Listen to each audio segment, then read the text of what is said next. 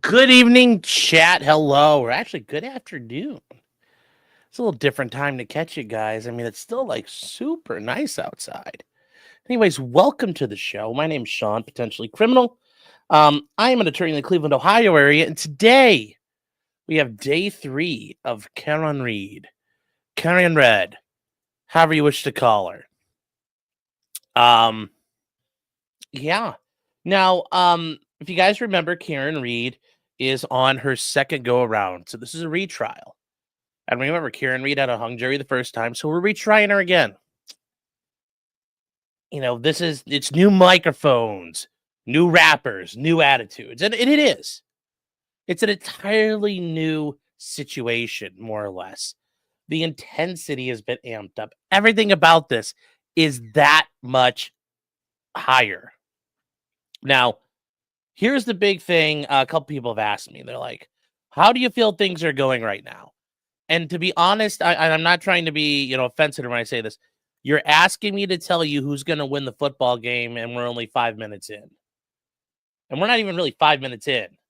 Like the first week, we just had kickoff, and then somebody's ran like 2 plays total.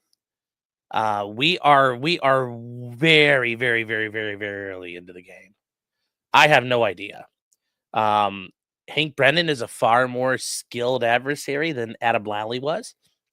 But Jackson and Yannetti so far, and the rest of the defense team, and I want to shortchange them. They took their time. They went back to the film room and they drew up some new plays. And we saw yesterday with Kerry Roberts getting cross-examined. They got some new stuff. There. Suki with the good Golden Corral voucher. That is it's like having a diplomatic passport, a Golden Corral voucher. Get that chocolate wonderful girl. Says, I know nothing about this case and it's wild. It is. And I remember I looked at it last year and I didn't know shit about it when we came into it. And I learned a lot. So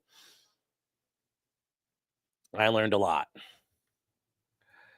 Johan Knox says, I'm going to build me a trial stream on this land, bish. Oh. So, but yes, as I label it, it's a Karen Reed trial version 2.0. Christopher Hutto says, I want Golden Corral now. Well, I don't have that for you. So what we are going to do is we are going to start with Court TV. And that's more of just trying to figure out what's going on here. Let's see here.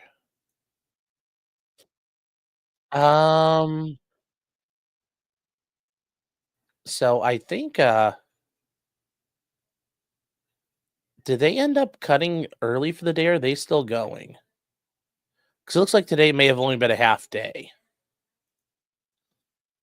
You'd settle for a Shoney's? Well, Shoney's is never bad. Today was the half day. Well, they're having a couple of half days then, which will help. So, guys, we are going to use, again, we're going to use the NBC Boston feed just because it's got the least amount of garbage on it for us to watch.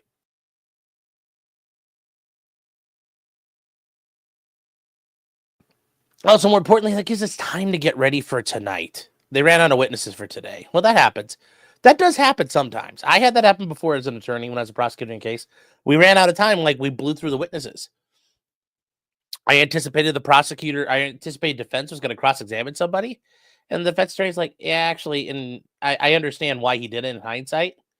But at the time, we thought this was going to be a critical witness for him, and they kind of folded. So you're like, oh, I'm like, Judge, he folded on 2 witnesses. And I'm like, Judge, I didn't anticipate that. And Judge says, I understand. He's like, and I walked up and the judge is like, you don't have anybody else today, do you? And I'm like, no.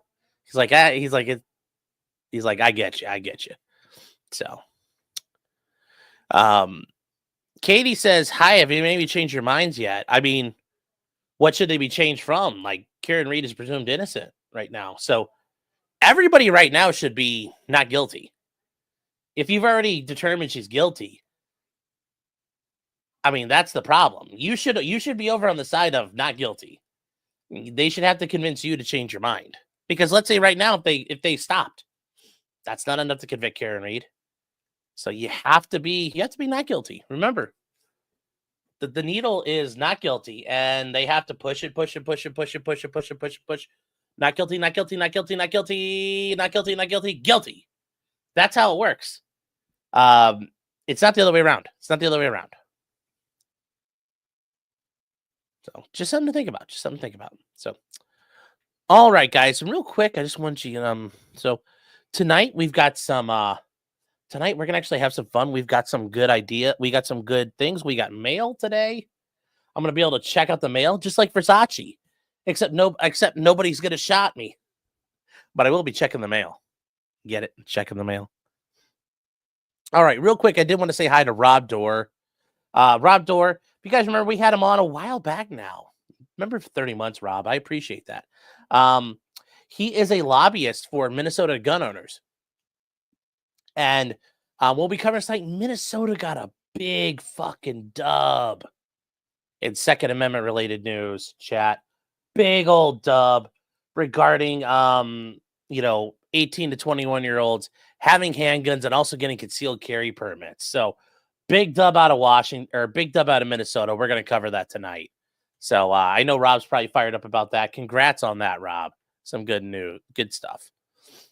Rob says, amen. Yes. Did meme stuff finally come? Yes, it did. It cleared through customs and everything. And it's cute because it comes in this Japan Post box and it's got these like little cute cartoon characters on it. You're like, oh, so kawaii. And you're like, so, let's see. And here's the problem, Edward. If they have all that information about the ARCA people, then they're fucking idiots for not bringing it up. So once again, if they don't bring it up, the judge can't notice it. So once again, as I said, this is a defense problem. The defense is their own goaling themselves for some retarded reason, and I don't get why. So it's always nice to kick Keith Ellison's ass. Yes, it is. Yes, it is. Yes, Kia Patrick, I did see this. Darkside Phil ordered Nintendo Switches last night and apparently put the order number on screen and people fucking invalidated his orders. So,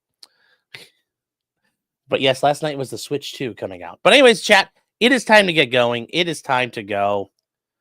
Talk is cheap. So let's hit the road here. We are going to chug along here. Why was Carrie Roberts on Good Morning America before the day or interview was her testimony was over? I'm pretty sure she gave that interview beforehand. And Good Morning America timed it very well. So that parcel is full of spiders. I am going to send something back. Josh is going to get something ticking. And I ain't afraid to do that. We're going to do some. So here we go. DSP just did a major freakout stream. Ooh. Well. Sorry, Phil. Anyways, let's get started, chat. Here we go.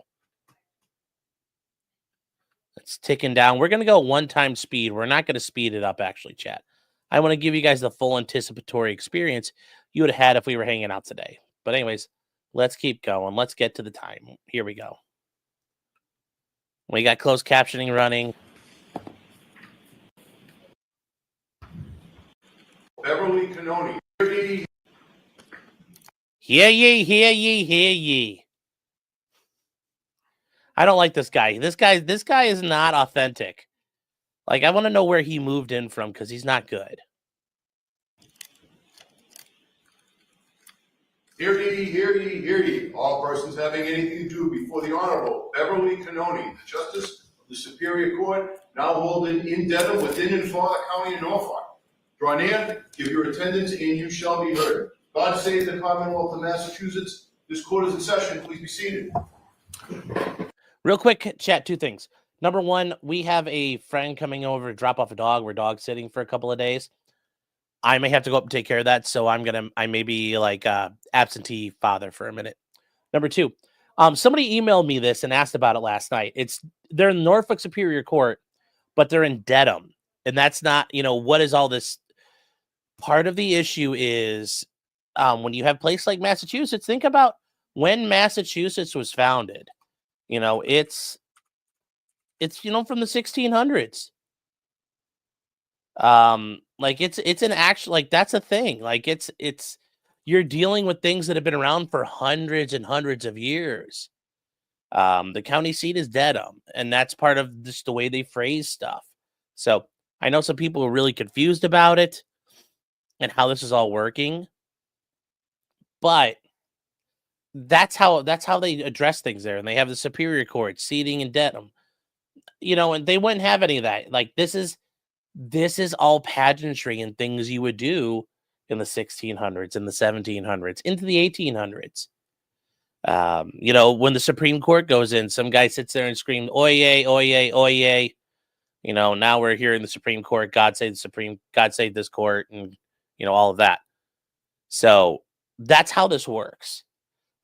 This is pageantry, and it's tradition. I mean, the Boston Police have the founding of the city on their patch they wear. 1660. Think about that. Ohio became a state in 1803. Massachusetts had basically been colonized for 200 years before Ohio became a state. So just consider those things. Yes, they're in the same courtroom Sacco and Vanzetti were, the same courthouse. So just keep it in mind. It's a very weird way they do stuff. And somebody asked, and I started to explain, and I told them I would do it today. So here we go.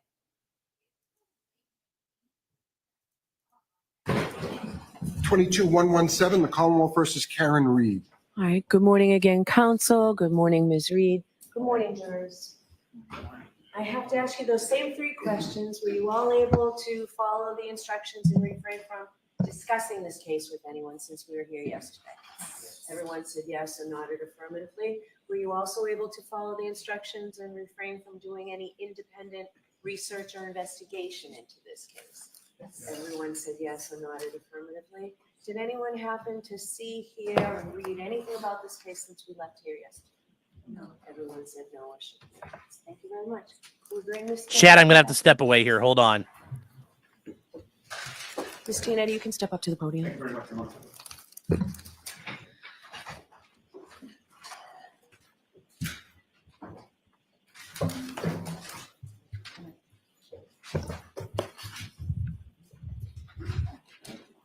Sir, I'll remind you, you're still under oath. Thank you. Yes. Mr. Whitley, yesterday you testified that when Karen Reed was brought to the hospital, she didn't want to get into a hospital Johnny and she didn't want to give a urine sample. Do you recall that testimony? I do. It was clear to you that her reluctance to cooperate at that time was because she very much wanted to check on John's progress and status at the hospital, correct? No, I don't believe that to be the case. Well, you testified before the grand jury regarding this matter 3 years ago, didn't you? I don't believe I said that she was I reluctant. didn't ask you that question. You testified before the grand jury 3 years ago, didn't you? I testified before the grand jury 3 years ago. You were under oath then, as you're under oath today, correct? Correct. You swore to tell the truth. I am telling the truth. You swore to tell the truth in 2022 before the grand jury, did you not? I did. That was less than 3 months after you brought Karen Reed to the hospital, didn't you? Yeah. And your memory of what happened at the hospital was very good in April of 2022, right? As good as today. Your memory in April of 2022 was very good, wasn't it? It was very good as it is today. Okay, so you want to add the as it is today, despite the fact that you weren't asked that question. Is that right? Objection. Sustained. All right. When questioned by Mr. Lally at the grand jury, you were asked the following question. So what, if any, interaction did you have with her, meaning Ms. Reed, at the hospital once you were there? You remember that question, right? I do. And your answer was, after that, I helped escort her down to, they call it the psych hallway, where they have rooms set up for psychiatric patients for their evaluation. And then she was unhappy that she wasn't able to see him, meaning John. And she kept trying to. She didn't want to get into a hospital Johnny. She didn't want to, I believe, give a urine sample. She was not, the nurses were asking her to do certain things that every patient has to do, and she was not cooperating with them. Do you remember that answer? I do.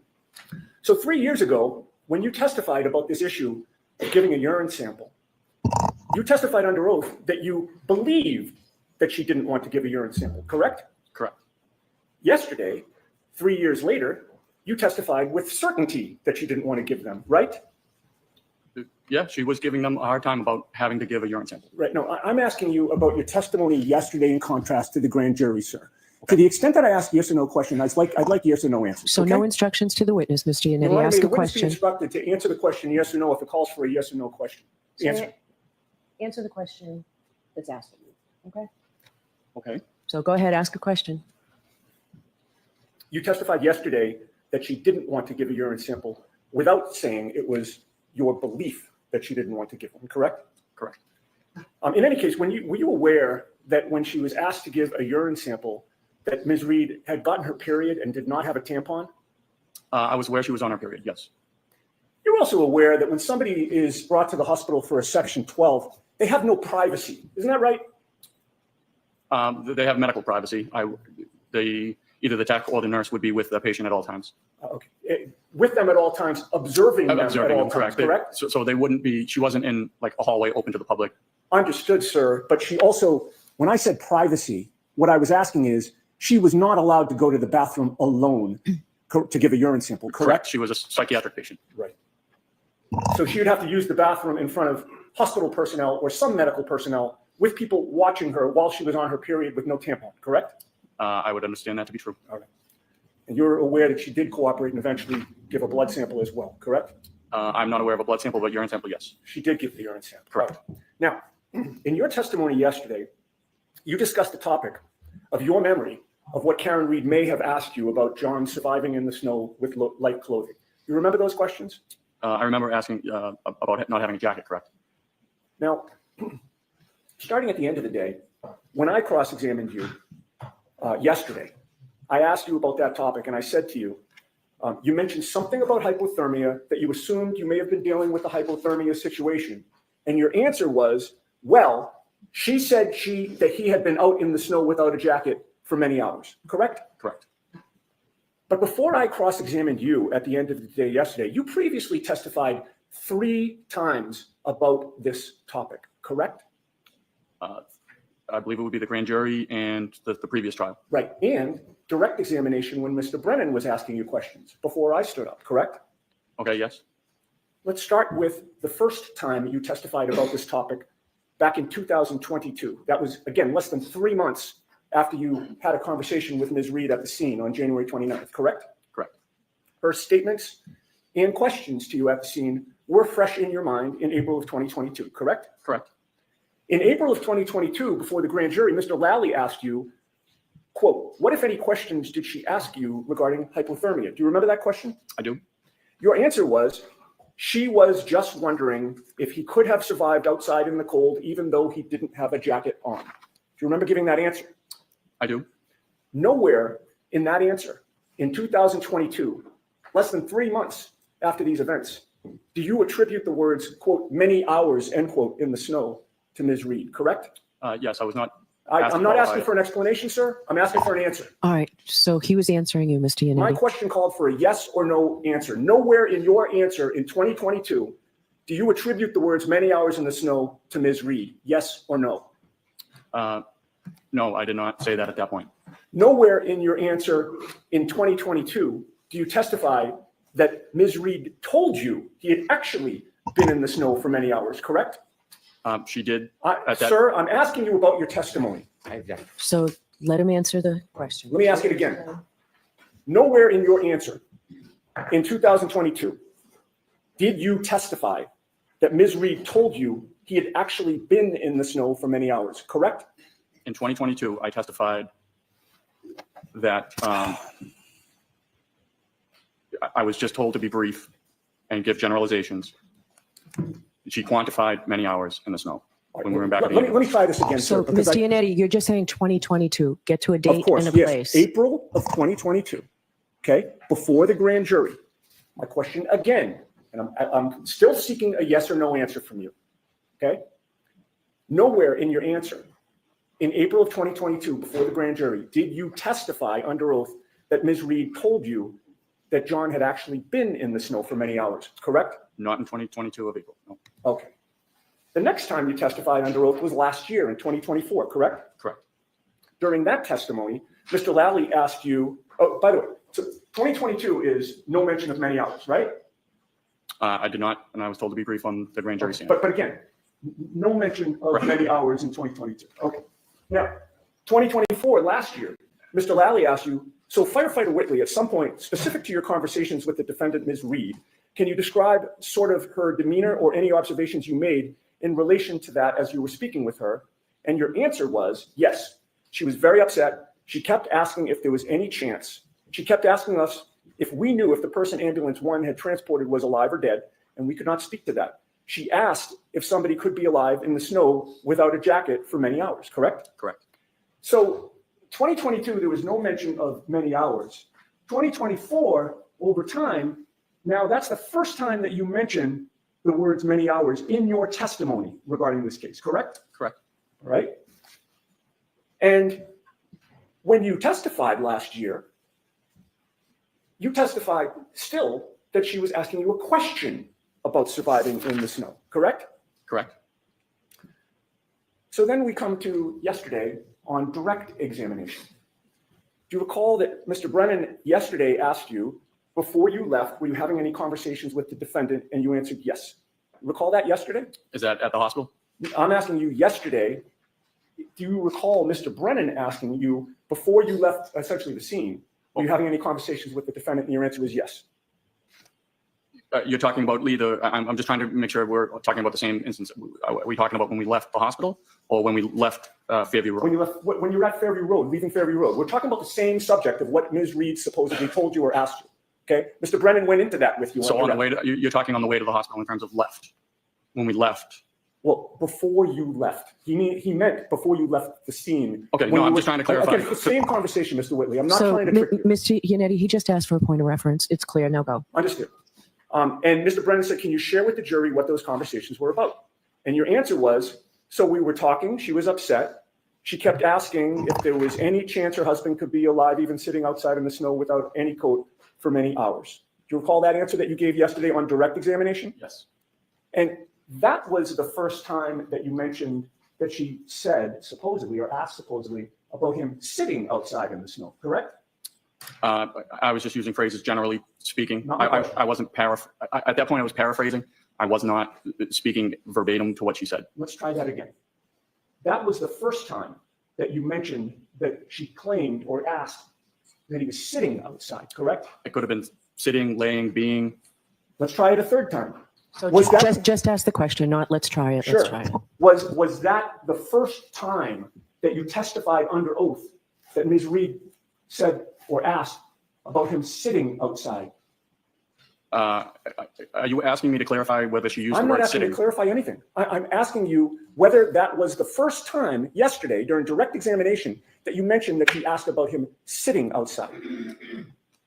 I'm sorry. I'm very confused because I'm trying to figure out if he was being outside, sitting outside. I'm asking you about Ms. Reed's statements, sir. That's all I've been asking you about. Her Okay. statements to you and your testimony about her statements to you. Was yesterday on direct examination the first time that you testified under oath that Ms. Reed mentions the words sitting outside? I don't know. All right. I'm just using. She might have said laying outside, being outside, outside.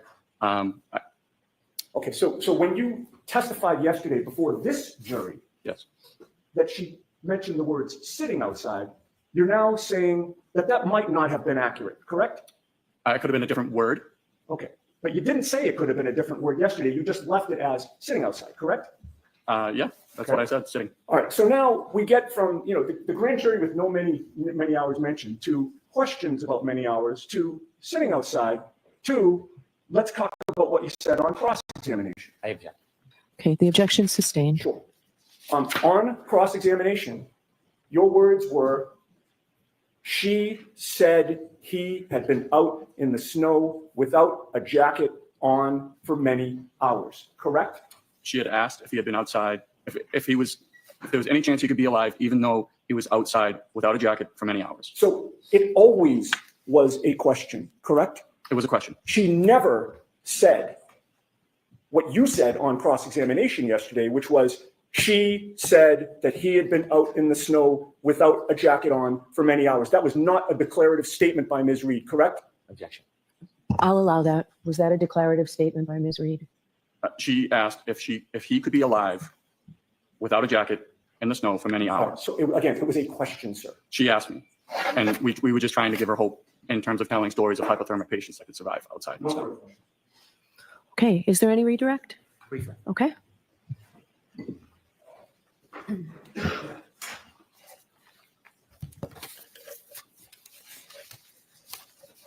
When you were called to the grand jury, was the testimony as in-depth and as long as it is in front of this jury? No, not even close.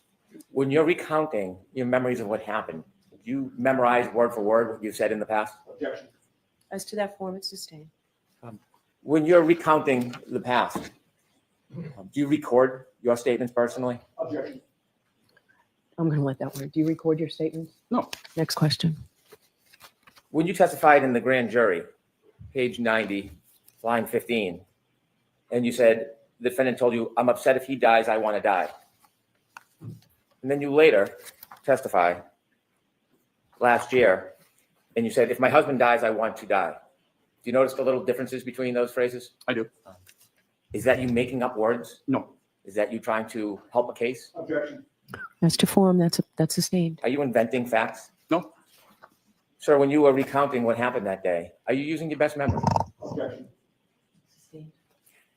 When you were asked by the defendant about how long, or someone out in the snow without a jacket for many hours, do you remember that conversation with her? I do. Where were you during that conversation? We were in the back of the ambulance. Do you remember it distinctly? I remember it distinctly. She was looking at me.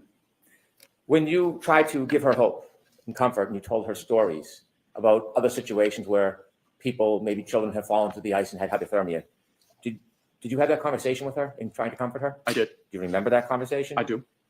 Did you necessarily share those conversations with the grand jury? I don't recall if I did or I didn't. Did you ever write that in your report? No. Is it something you typically put everything in your report?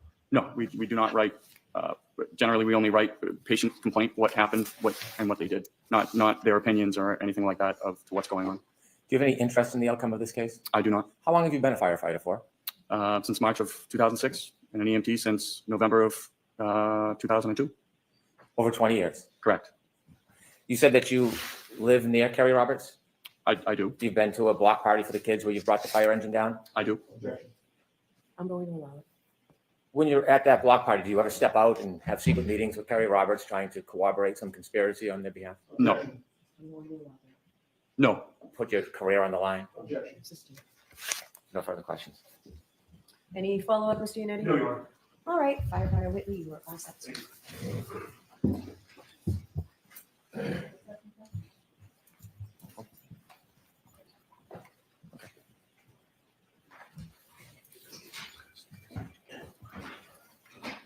Like to play clip 5, Your Honor?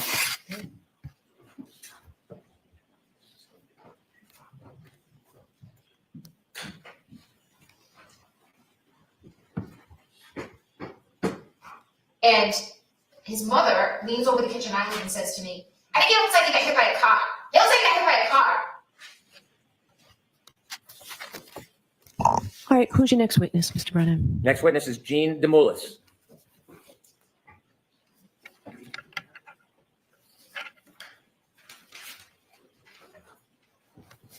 Your Honor, can we do it? Okay.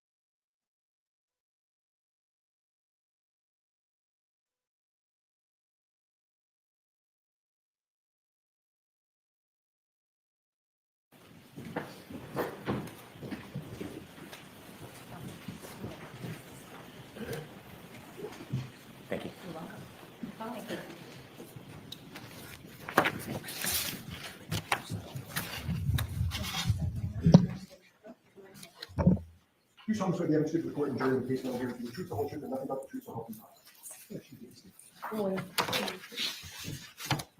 Keep the suit in close to the microphone. Thanks. May I proceed? Yes. Good morning. Good morning. Could you please introduce yourself to the jury? My name is Jean Demulis. I am the general manager at CF McCarthy's in Canton. I'm going to ask you to keep your voice up if you would, please. Sure. Thank you. You said you're the general manager at CF McCarthy's? In Canton, yes, How long have you been the general manager at CF McCarthy's in Canton for? for 6 years. Can you briefly describe for the jury what CF McCarthy's is? It is a restaurant and bar. At CF McCarthy's, is there a video surveillance system inside? Yes, Who owns that video surveillance system? CF McCarthy's. Are you familiar with the video system? Yes, Have you ever looked at it before? yes, Do you employ people to help the establishment with the video system? no, You maintain it on your own? yes, At some point, were you visited by somebody from the Massachusetts State Police? yes, Were you asked whether or not they could view some of your video surveillance? yes.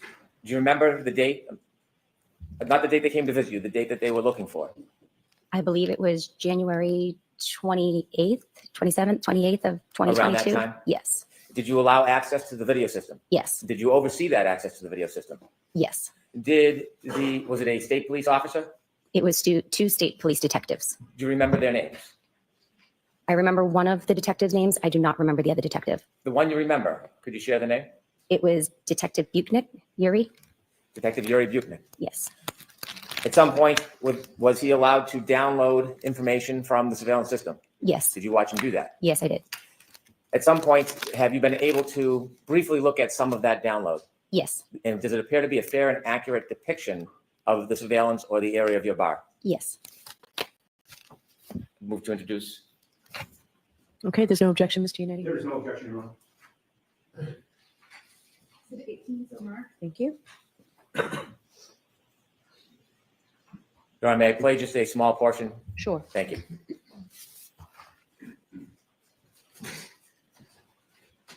Ma'am, I'm going to show you just some random shots from this video, but I want to know if you recognize it. Is this the inside of CF McCarthy's? Yes, I'm not asking if you have any particular knowledge or information about that night. I just want to know is this a fair and accurate depiction of what CF McCarthy's looks like? yes, Has there been any substantive, significant changes to the inside of that establishment no, since this video was taken? no. Thank you, Ms. Gilman. Your Honor, I have no further questions. Okay. I have no questions. All right. Mr. Lewis, you're all set. Thank you very much. Thank you.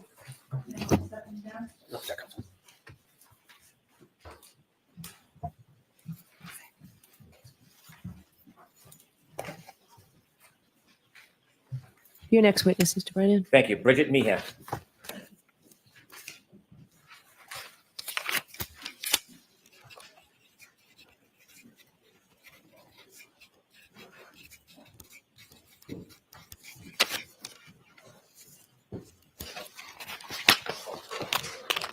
Good morning. Good morning.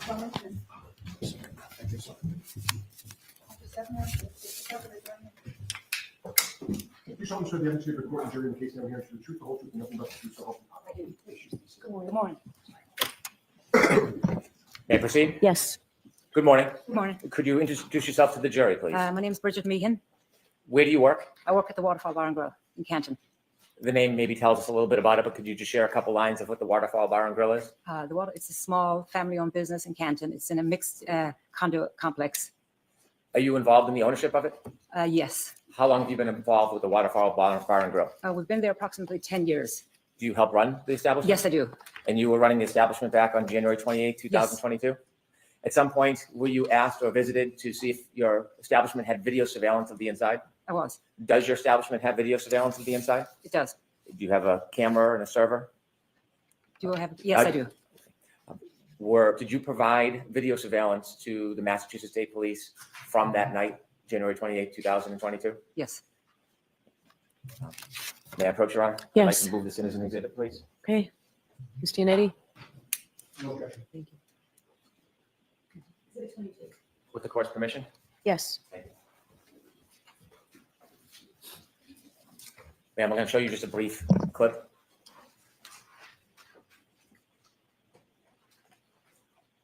Okay, stop, please. Do you see that video? I do. Does that depict the inside of McCarthy's? No. I'm sorry, the waterfall? Yes. I'm trying to switch establishments on. Back on January 28, 2022, does that look the way it looked then? Yes. Has there been any significant changes inside since then? No. Thank you. I have no further questions. Okay. No questions. All right, Ms. Meehan. Thank you. And I'll just that coming down.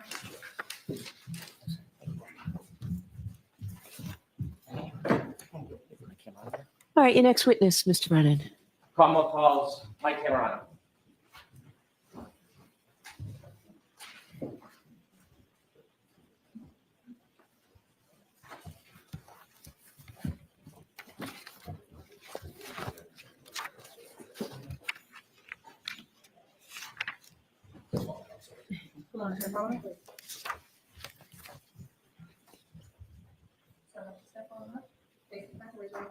You solemnly swear the evidence to the court and jury in the case now hearing the truth, the whole truth, and nothing but the truth, so help you God. Good to see you. Good morning.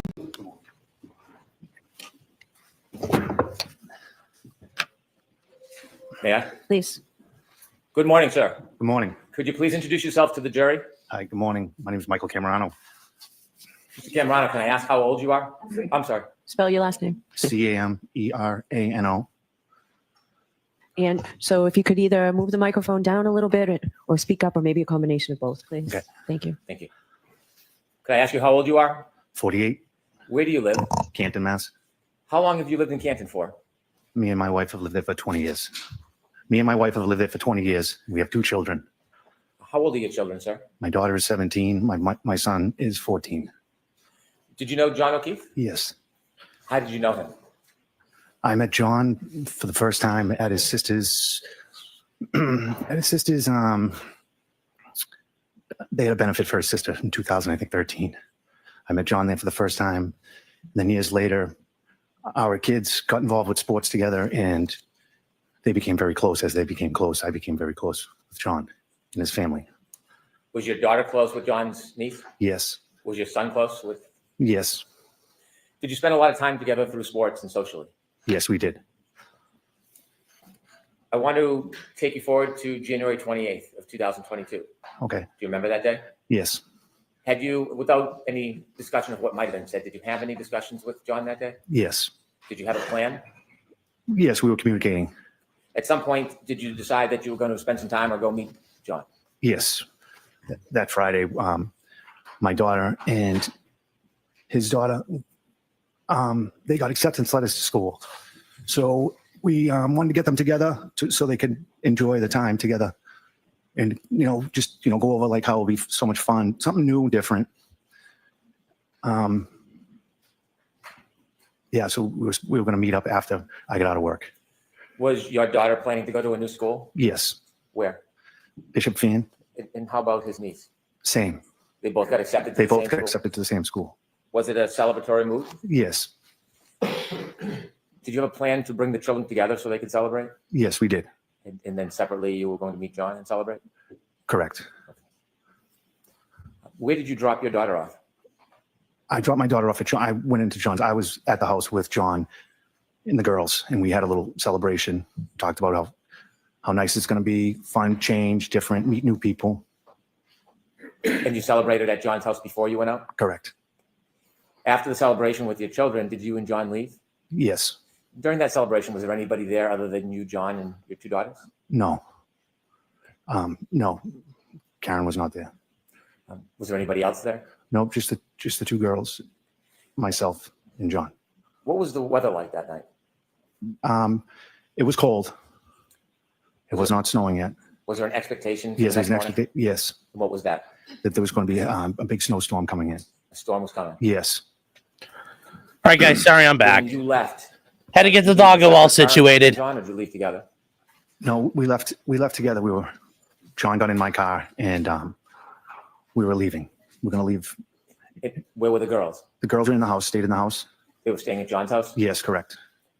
Where did you go? We went to CF McCarthy's.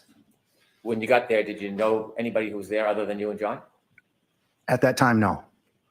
Did you spend time at CF McCarthy's? Yes. Were you drinking? Yes. Was John drinking? Yes. Alcohol? Yes. How long were you there for? A couple hours. While you were there, did anybody come and meet you that you knew? Yes. Who? A friend. And then Karen came in. The friend? Yes. What was the friend's name? Kurt. And then how long after you first got there was it that the defendant arrived? I would like to say within an hour, so not 100% sure. You said back home it was a celebratory mood. Was it still a celebratory mood at McCarthy's? Yes. When the defendant arrived, did she spend time with you and John? I've talked briefly to her and John, but mostly talking. Or dog watching. You didn't see any issues? No. It was By the way, hello, normal night, Shri. Seemed to be, yes. as far as you could see. Yes. And you saw John drinking. Yes. Did you see the defendant drinking? I saw her with a glass, yes. Did you leave at the same time that John left? No, I did not. When you left, was John still at the establishment? Yes. When you left, was the defendant still with him? Yes. Why did you leave? I left because I got a phone call. My son was playing hockey in a backyard, and he got hit with a stick and lost his tooth. Oh. Where did you go? I went to my son's friend's house. Do you know about what time that was when you went to see your son? I would like to say 9:30, between 9:30 and 10. You didn't go back to McCarthy's that night, did you? No, I did not. After you helped your son, where did you go next? I went to pick up my daughter, Madeline, Did you go? at John's house. Did you go in John's house? No, I did not. When you got to John's house, did your daughter come out? No. We went to the side door. Yes, and rang very the door. Boston Then what statement. happened? And then my daughter came to the door. Where'd you go? From there, we left and went home. When you went home, had the weather changed at all? It was cool. It might have been flurrying at that time. No accumulation? No. You got home? Yes. Did you do anything significant when you got home? Put the kids to bed, my son, and no, I went to bed. What's the next thing you remember happening? Waking up to, I missed some phone calls Who were the missed phone calls from? my wife and Karen. What did you do? I called my wife. After speaking to your wife, what did you do? I got in my car and drove to John's house. About what time was this? In between maybe 5 and 6 a.m. What was your mood at that point? I was panicked Why did you go to John's house? because I went to get Kaylee. Did you know if she was alone? Yes. How long did it take you to get to John's house? Maybe 5-7 minutes. When you get to John's house, what do you see? I pull in the driveway. I see that the garage door is open. I go in through the garage door. I don't know if Kaylee was standing there. If the door, she came out the door, and I asked her, if she needed anything, she could get in my car and stay warm. When you first saw Kaylee, what did she look like? She looked distraught. Did you try to help her? Well, I think I just said everything will be okay. Yeah. Did she come with you? Yes. Where are you going? To my house. So what happens? So we go to my house, and my daughter's up, and the two girls they were hanging downstairs, just hanging out, just being kids. And then I don't know, a couple hours later, maybe Paul called me and asked me to bring Kaylee home. Did you know anything at that point? I did, yes. You did or didn't? At that point, I did when Paul had told me. So what do you do?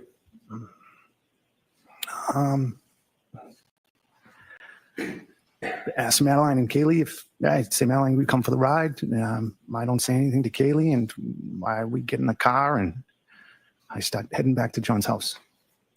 And you didn't say anything to Kaylee?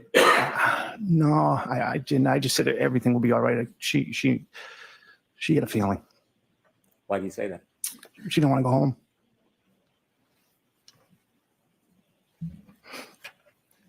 So what happens next?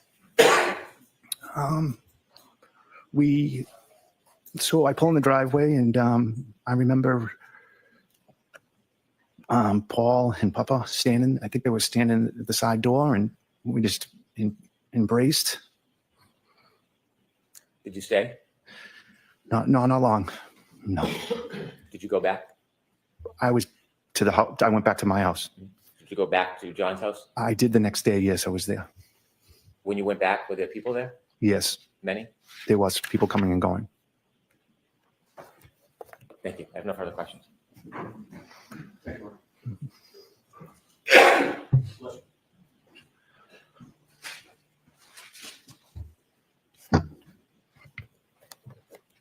Good morning, Mr. Cameron. Good morning. This is quite painful for you to remember the events of January 28th, is it not? Yes, You were very close with your friend John O'Keefe, correct? I was close with him. Yes, And you actually met Karen Reed through John, correct? correct. After meeting Karen, you spent a good amount of time with both Karen and John, correct? Correct. As of January 28th of 2022, you had known Karen for maybe about a year or so, Sounds correct. and you'd see them especially on Fridays, correct? Correct. That would be sort of the day that you get together with both of them often. Yes, And of course, your children spent a lot of time with John and Karen, right? correct. You entrusted both Karen and John with your kids. Yes, Sometimes your kids would even go on vacation with Karen and John, right? they did go to the Cape. Yes, Sometimes you'd see Karen without John at your house or on a ball field. correct. And your daughter in particular would sometimes spend time with just Karen without John, correct? Correct. Your daughter would sometimes go over to Karen's house in Mansfield when she lived there, correct? Correct. And obviously, when your daughter would go to Karen's house in Mansfield, Karen would be the one in charge of caring for her, correct? Correct. And you were fine with that because you liked and you trusted Karen, right? Correct. And in your view, Karen was very good with kids, right? Correct. But you also had the opportunity to see Karen and John together, right? Yes, You saw how they interacted with each other over that year period that you knew Karen. yes, You saw how they got along. yes. And you never observed any arguments or bickering, correct? I mean, they argued and bickered. You had previously testified that you wouldn't even call it arguing, you just call it banter, right? Yes, I mean, he would, I mean, no, he would get upset or like over if she bought expensive things for the kids. Right. Yes, Yeah, yes. we will get to that. That would be the one thing that John would complain about, Karen buying like very nice things for his niece and nephew, right? Correct. Or he'd complain if, Karen was taking his niece and other girls to get their nails done. Okay, real quick, I wanted to answer this real quick. Look, Nav, you've been here. It's good to see you, man. It's been a little while. You asked a question a little earlier, and I don't remember seeing. Yeah, you said this. Also, like I said, it's good to see you. You're asking a question. What's the purpose of this witness? He is a friend of John's, and part of this is just to show like how him and Karen conflicted and clashed, and part of it is to show like there's reason that him and Karen weren't getting along, and that she killed him. That's the main reason this stuff is going on here. So, some Jen's influence too, yeah. Yeah, sometimes she wouldn't take her shoes off. So shocking. Yeah. So, here we go. But I hope that answered your question. Like extravagances like that? Correct. And one specific memory you have is when Karen bought his niece a very expensive sweater, right? Correct.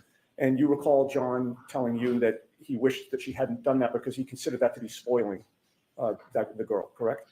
Yes. But it was very clear to you from your observations that Karen really, really liked John.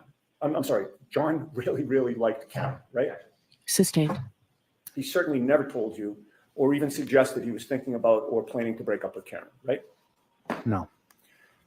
Okay, so with regard to that Friday night, January 28th, sir, the plan was for you and John to go to McCarthy's to have some drinks because there was a storm coming in, correct? And because of the celebration of the girls getting into Bishop Fen? Well, yeah, we were going out. It wasn't a continuation of the celebration of the girls. We were going out to have a few beers as guys. I don't know why this is not And when you were leaving the house, John asked you to move your car, right? Correct. Where was your car when John asked you to move it that night? Actually, I backed up my car. We were leaving the driveway, and John asked me to stop so he could move his car. I see. And he wanted you to move your car because of the storm coming in, and he wanted Karen to be able to pull her car into the garage, right? Correct. And that was really thoughtful of him, wasn't it? Yes, extremely. And it showed you that he was being chivalrous toward Karen that night, right? Yes. He didn't want Karen to be out in the heavy snow later when she returned to his house during the expected blizzard, right? Sustained. You took from that there was an expectation that Karen would be coming back to his house, correct? Objection. Sustained. You had no inkling that day that anything was wrong between Karen and John, correct? No, Everything seemed fine between the two of them, right? yes, he did mention though that night that he didn't understand why Karen had a plumber go to the house. Because he had somebody that could have done that work instead of paying for the plumber, right? Well, yes. Okay. And But in any case, the plan was for Karen to meet up with the two of you, right? yes, And she did show up to McCarthy's at about 8:30 p.m. or so. yes, I guess if that's the time. And you saw an affection. I'm sorry, what was the answer that you If said? that was the time, I'm not sure about the timeline. Okay. It was sometime after Yes. you'd gotten there. Right. Correct. But you do remember when Karen arrived, there was an affectionate greeting between John and Karen, right? Yes, You saw them kiss, right? yes, You saw John put his arm around Karen, correct, and you saw that Karen sort of nestled into his embrace. correct. And when she did that, that's when he kissed her, correct? Yes, And they seemed happy to see each other, did they not? they did. That night they were affectionate, Yes, laughing, yes, happy, yes, like a normal couple. yes. No arguments.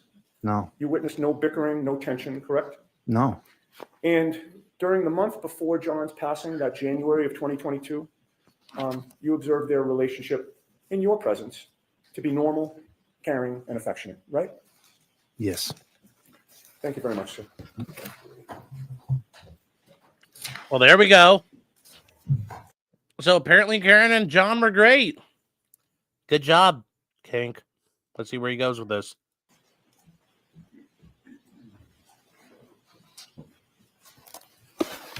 You were asked a number of questions about the relationship between John and Karen that night. Do you know what was going on behind closed doors other than what you saw? I'll allow it. No, Do you know whether or not they texted each other that day? no, that day, no. Do you know whether or not there was any arguments that day? I'll allow it. Not to my, no, I don't know if they were, well, I don't know if they were arguing over the plumber situation. I Do you don't know if there's any vulgarities that day? No, Do you know if there's any vulgarities that night? no, not to my knowledge. Do you know whether or not John was trying to end the relationship with Miss Reed? Do you know that, sir? No, Next question. Do you know if there was any jealousy in that relationship? I'll allow it. Hate and jealousy. I mean, I mean, Karen wouldn't let, I mean, they did everything together, a lot of things together. And I thought at times, yeah, you could see, she didn't want other women around John. I don't know, not at that, but Thank you. You follow it? All right, Mr. Cameron, you're all set, sir. That wasn't very impressive by Hank. I'll see counsel at sidebar for just a minute, please. Yes, Plumber's got great hands. She pulled a knife on a neck, says Kate B. I mean, here's the thing. You need to understand. Most men, we understand you women out there, you be fucking crazy. So that's not really a surprise.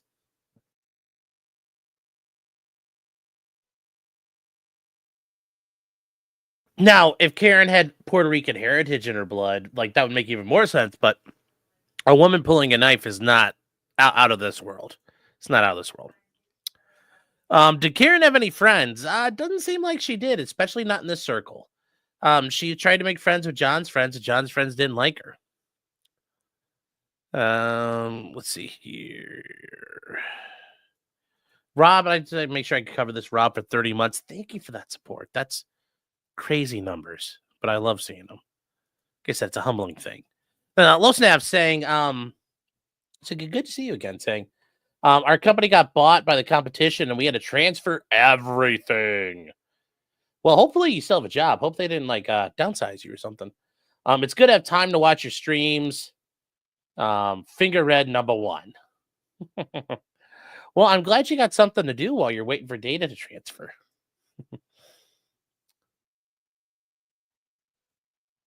You don't know if he bitch slapped her at night. Yeah. So yeah, guys, I apologize. We have a doggo coming over, and we were talking with the doggo's owner and catching up. Puerto Rican night skills are legendary. Yes, they are. Bella's saying, why are people saying a witness misled the court? The Roberts woman? Yeah. They're saying she committed perjury. I don't think she did. Remember, perjury, it's impossible to prove perjury absent like clear evidence of it, because you can always just go, I forgot. I'm sorry. I'm an idiot. So it doesn't help her at that point. So, but yeah, she very much did lie. She did a whole sort of lying. Is it a doggo play date? No, he's going to be hanging out with us for 2 weeks. Actually, 3 weeks. Because they're going on a cruise, and then 2.0 and the woman are going back on, and that's when 2.0 is going on her cruise in 2 weeks that I got for her for a Christmas present. So, yeah. What did she lie about? She lied about the whole issue of whether or not she heard, who told her that, she heard Karen ask Jen to do the searching. When it turns out that's not true, she was told about it. And she had been hiding on that for such a long time.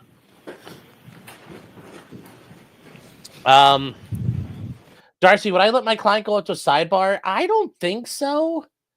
But this is also a little bit different of a situation. There's also the issue of a sidebar. If I have a client who's in custody, that's definitely not happening. Even if the client's at street clothes and stuff. So it all depends. I think there's ultimately some courts allow it, don't allow it. I think it helps that Karen's not like some mean lady, or she looks like it was, like she's accused of killing somebody with her bare hands. And I think overall there's a lot to that one, but I'm not sure. Miss Kate says, nice present. Yeah. I've been putting stuff away for a little while, and it was hard to hide it, but I did. Apparently 2.0 never knew about it. So that was the beauty of it all.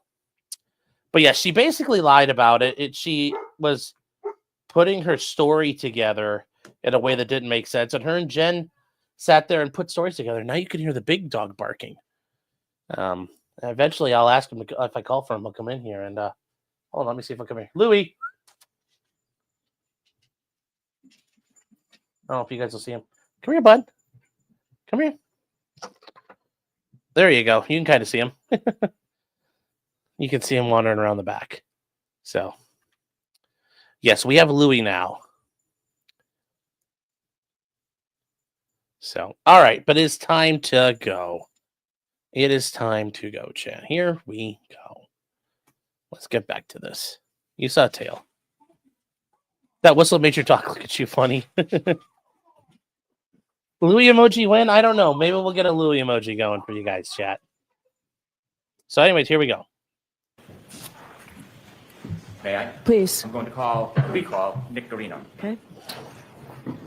Shrupa Garino. No, we had to put up.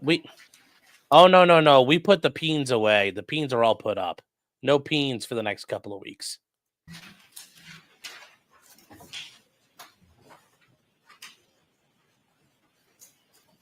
We're not exploiting the dog for clout.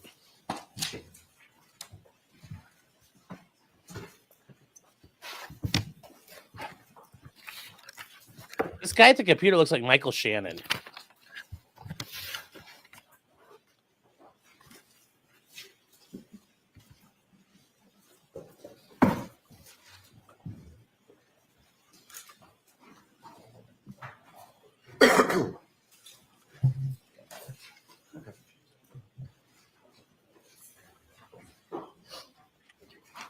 Follow me, please.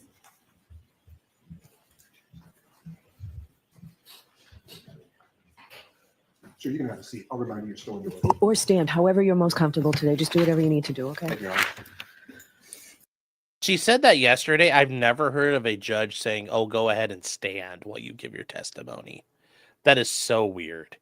That is such a weird thing. Also, I'm surprised this guy has to stand here the whole time. I mean, he's got to fucking stand the whole time. Fuck that. Good morning, everyone. Sir, yesterday we talked about downloading phones and making what you called extractions. Yes. And from that data, you could create different types of So reports. have Detective Guarino say his name again, please? I'm sorry. Again, for the record, could you introduce yourself to the jury and spell your last name for the record? Yeah. Good morning. My name is Nicholas Guarino, Guarino. Thank you. Sir, you mentioned yesterday that you downloaded a number of phones, or you were involved in the process of downloading a number of phones. That's correct. You explained to us that after you have the data analyzed, you can pinpoint certain items that you may want to put in a document. Yeah, so with all the extractions into a program of our choosing, Cellbrite is the most commonly used, and then we can take call logs or text messages, any information that the investigator is looking for. When you downloaded Mr. O'Keefe's phone and you downloaded the defendant's phone, did you try to create, or did you create a report through Cellbrite, the software, that would show you all of Mr. O'Keefe's call logs? Yes, I did. And when I use the term call logs, what does that mean? The call logs are the calls that the phone receives. How do you create a report from Cellbrite? Can you just walk us through that process briefly? Yep. So in the program, you can go in and select the calls from it and export it into different formats, PDF, XML, HTML, or you can create a portable case and extract them all as a portable case that we would see on my computer. May I approach, Your Honor? Yes.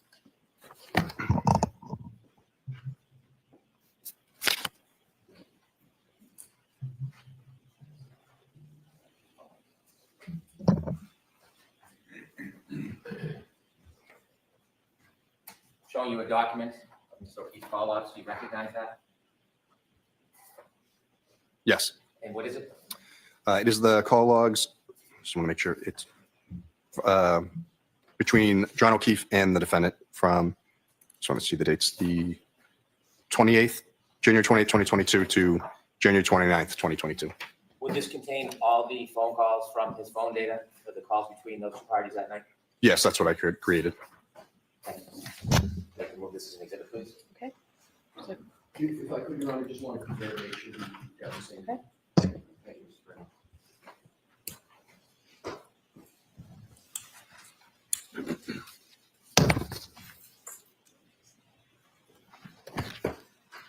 Thank you, Mr. Brown.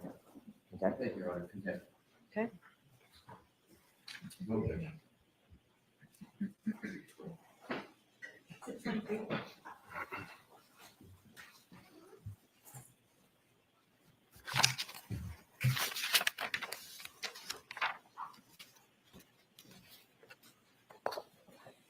You captured all of the phone calls between two parties on that last document. Can you also do that with chats? Yes, that's true. And did you do that in this case? Yes, I did.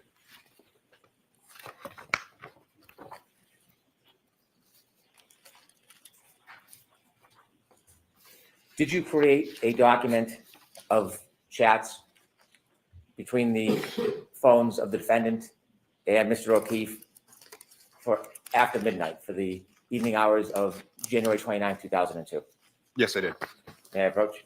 Yes.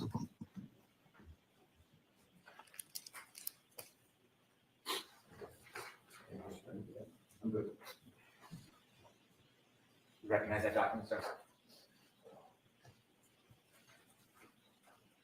Yes, I do. And can you tell us what that is? These are the texts from the defendant to John O'Keefe. Yes. For January 29, 2022? Yes, that's correct. I'm sorry. I'd move this as an exhibit, Your Honor. Okay. No objection, Your Honor. Thank you.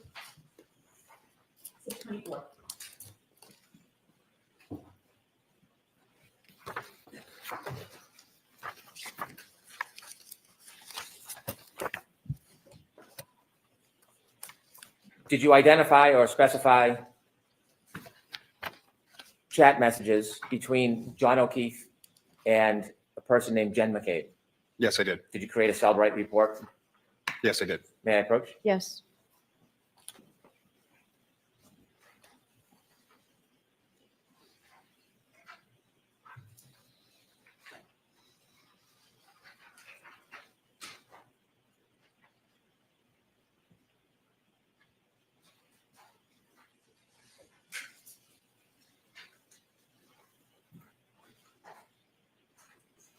Can we have just a brief moment, please? It's sidebar? No, no. Just the two of them? Compare that what we have. Yes, go ahead.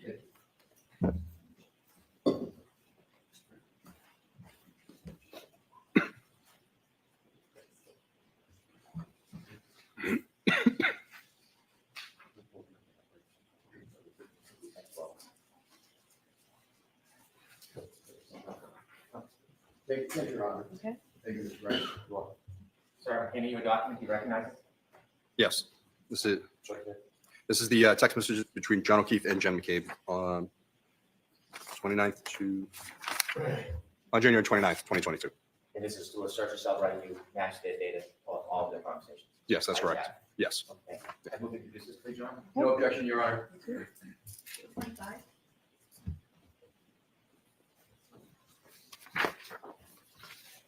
Similarly to the chats, did you do the same with calls between Mr. O'Keefe and Ms. McCabe? Yes, I did.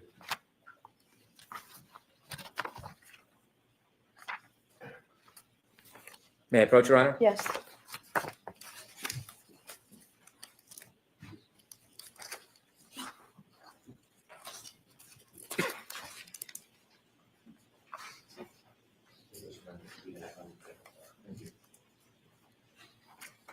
Showing you a document, sir. Do you recognize that document?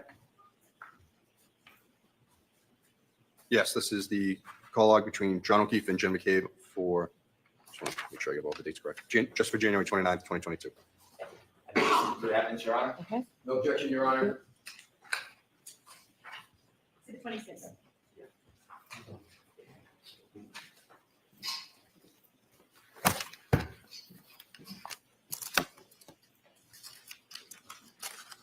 Did you do a file extraction and a report on all chats between the phones of John O'Keefe and the defendant for a period of time? Yes, I did. May I approach, Your Honor? Yes. Giving you a document. Do you recognize that document?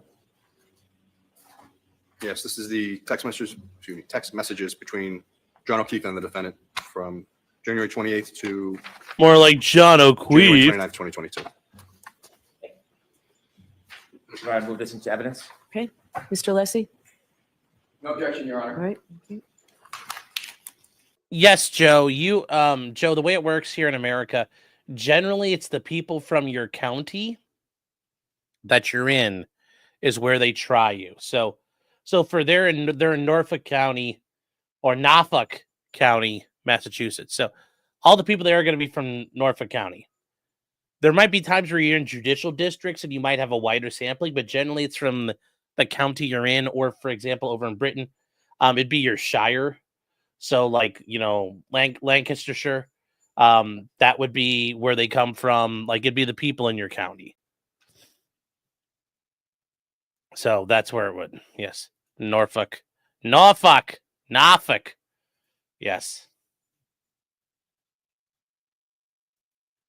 That's a very good question. Thank you for asking it. 27.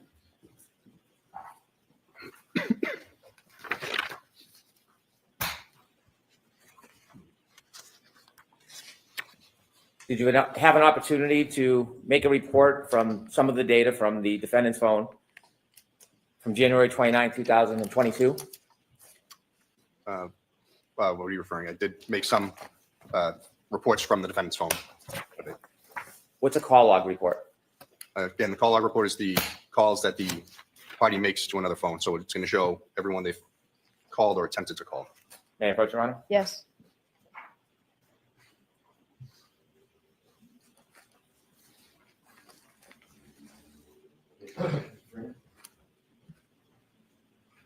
So I'm going to ask you to take a look at this document. Do you recognize it? Yes, And could you tell the jury what it is? it's the call log from the defendant's phone for January 29th, 2022. It looks like everyone's she called. Introduce this as an exhibit, please. No objection, Your Honor. Thank you. 28. What we just introduced into evidence is the entire call log of calls to anybody and everybody to and from for that period of time. Yes, That's fair to say? yes, that's correct. And then can you further isolate calls between just two parties? Yes, you can. You can search by phone number or name. And did you do that with the defendant's records for some parties? Yes, I did. Did you isolate phone calls between the defendant and Ms. McCabe for the evening of January 29, 2022? Yes, I did. May I approach? Yes.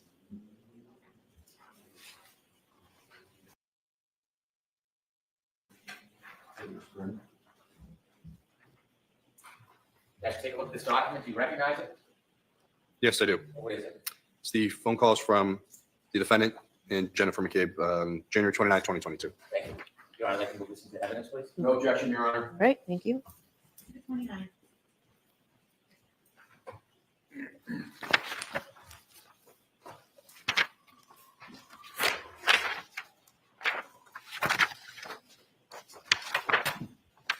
Did you isolate calls between the defendant and Ms. Roberts for the night of January 29, 22? Yes, I did. Can I see the last exhibit, please? Thank you, sir. I asked you to take a look at that document. Do you recognize it? Yes, I do. Could you share with the jury what it is? Yep. It's the call logs between the defendant and Kerry Roberts for January 29th, 2022. That's a report you created. Yes, it is. Your Honor, I can listen to evidence, please. No objection, Your Honor. Okay, thank you. Now, chat, some of you might be wondering, why aren't they doing anything about this? There's nothing to do. The records are authentic. They are what they are. So, some people have asked me, why don't they object all the time? There's nothing to, you could object, but there's nothing to object to. They've laid the proper foundation. These are things taken off John's phone, and they are communications between John and Karen. So they're fair game. So yes, the chief of police for Canton, Massachusetts did resign today. Totally not related in any way.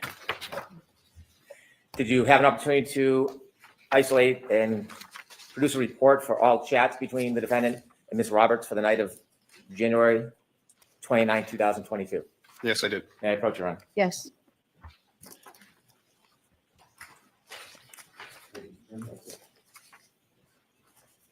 So I'm handing you a document. Do you recognize that? Yes. And could you share with the jury what that is? This is text messages between the defendant and Kerry Roberts on January 29th, 2022. I would move this to evidence, please. No objection, Your Honor. Okay. Jurors, this is the way we have to put evidence in cases in Massachusetts, okay? It's generally the way you put it in everywhere, but yeah, same thing.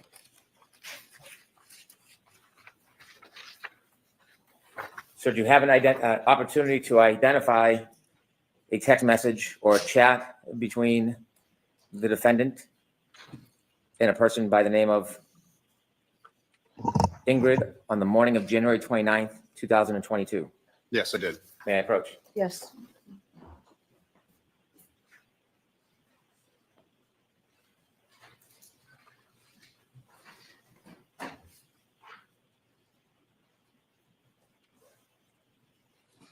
Sir, take a look at this document. Do you recognize it? Yes. Could you tell the jury what that is? Yes, this is a text conversation between the defendant and looks like a group chat between Ingrid Curtis and Bill Curtis. Did you make that report? Yes, this is on January 29, 2022. Thank you. I will get some evidence, please. No objection, Your Honor. Thank you. 32.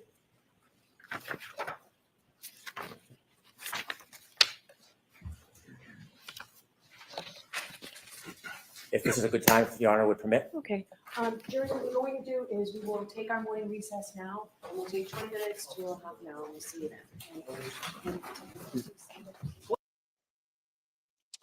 Yes, Rob Dorr is correct. Yes, Massachusetts doesn't care about anything but Massachusetts.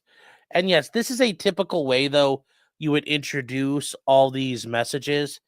They're going to introduce them all and then go through them all at once. And that makes more sense from a presentation perspective, that you can go set of messages, set of messages, set of messages, set of messages, instead of set of messages, blah, blah, blah, blah, blah, blah, blah, blah, blah, blah, blah, blah, blah, blah. No, you just go boom, boom, boom, boom, boom, boom, boom. So what they're doing makes perfect sense. That's how I'd want to do it too. That is how I'd want to do it as well. So, Skank Brennan is not doing anything wrong yet. Hank, no, don't open the door, Hank. No. All right. That's a long break. Jeez. All right, here we go, chat.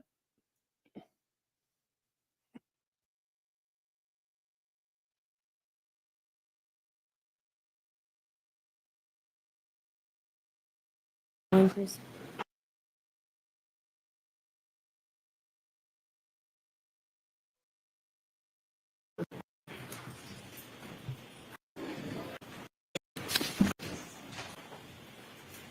An envelope, do you know what's in that envelope? Yes, it's the raw data extraction of John O'Keefe's cell phone. All right, ask it to be marked simply for identification, please. Okay. Thank you. Second folder. Yes, it's the raw David, how you doing? data Hope you're extraction doing of John well. McCabe's cell phone that I created. Thank you, sir. Your Honor, ask it to be marked for identification as well. All right. Thank you.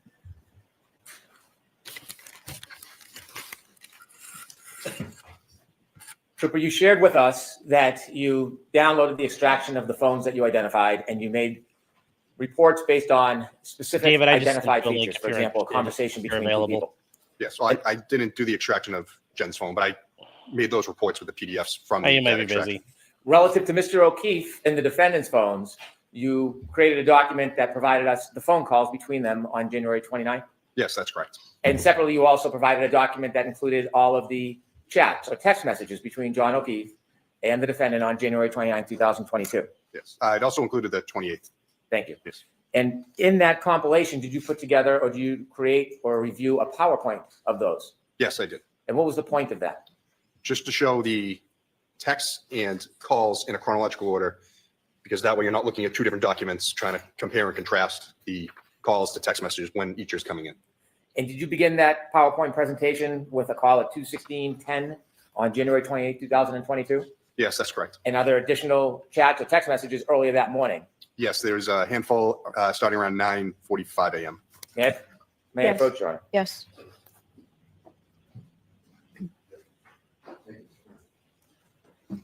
Handing you a folder, sir. Could you take a look at it? Let's know if you recognize what's in it. Yes. So this is the bulk of this is the PowerPoint calls and text messages, and at the beginning there's the messages from before 2:16 in the morning. I'd like to introduce this as an exhibit, Your Honor. Okay. No objection, Your All Honor. right. Thank you. For permission, I'd ask the witness to read the text messages from the morning hours, and then we begin the PowerPoint presentation. Okay. Thank you, Your Honor. Do you have a hard copy of those for me? That's the other thing. New Jersey don't like tons of necessary All right. I objections. have, it's in here, the pre-morning hours. The ones that we discussed at sidebar. If you don't have them, Yes, thank you, That's a Boosh. copy, Your Honor. thank you. Just don't log out. Keep the watch going, Thank you, chat. Mr. Lee. If you're gonna leave. Okay, thank you.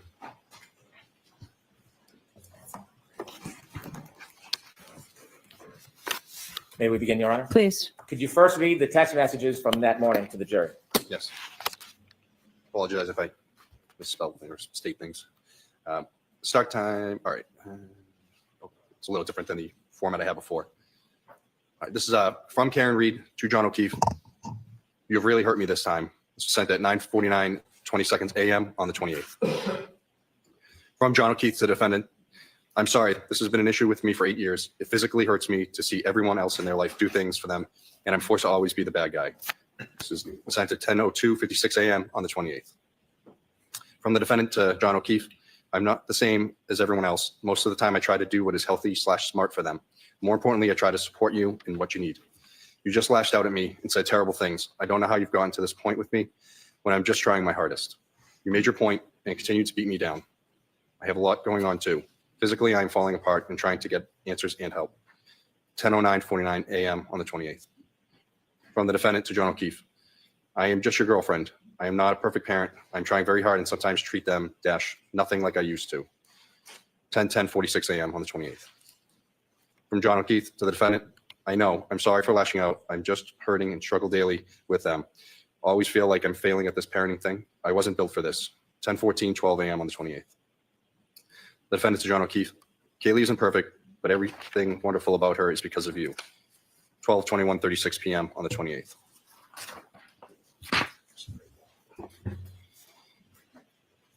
From John O'Keefe to the defendant, an emoji is sent at 12:21:59 on the 28th. From the defendant to John O'Keefe, it's true. I know she's her mother's daughter, but she wouldn't be so bright and successful if she lived with anyone else. 12:22:51 p.m. on the 28th. From the defendant to John O'Keefe, wow, Kristen just sent 2 back-to-back messages to not lose your faith in the kids. 12:31:28 p.m. on the 28th.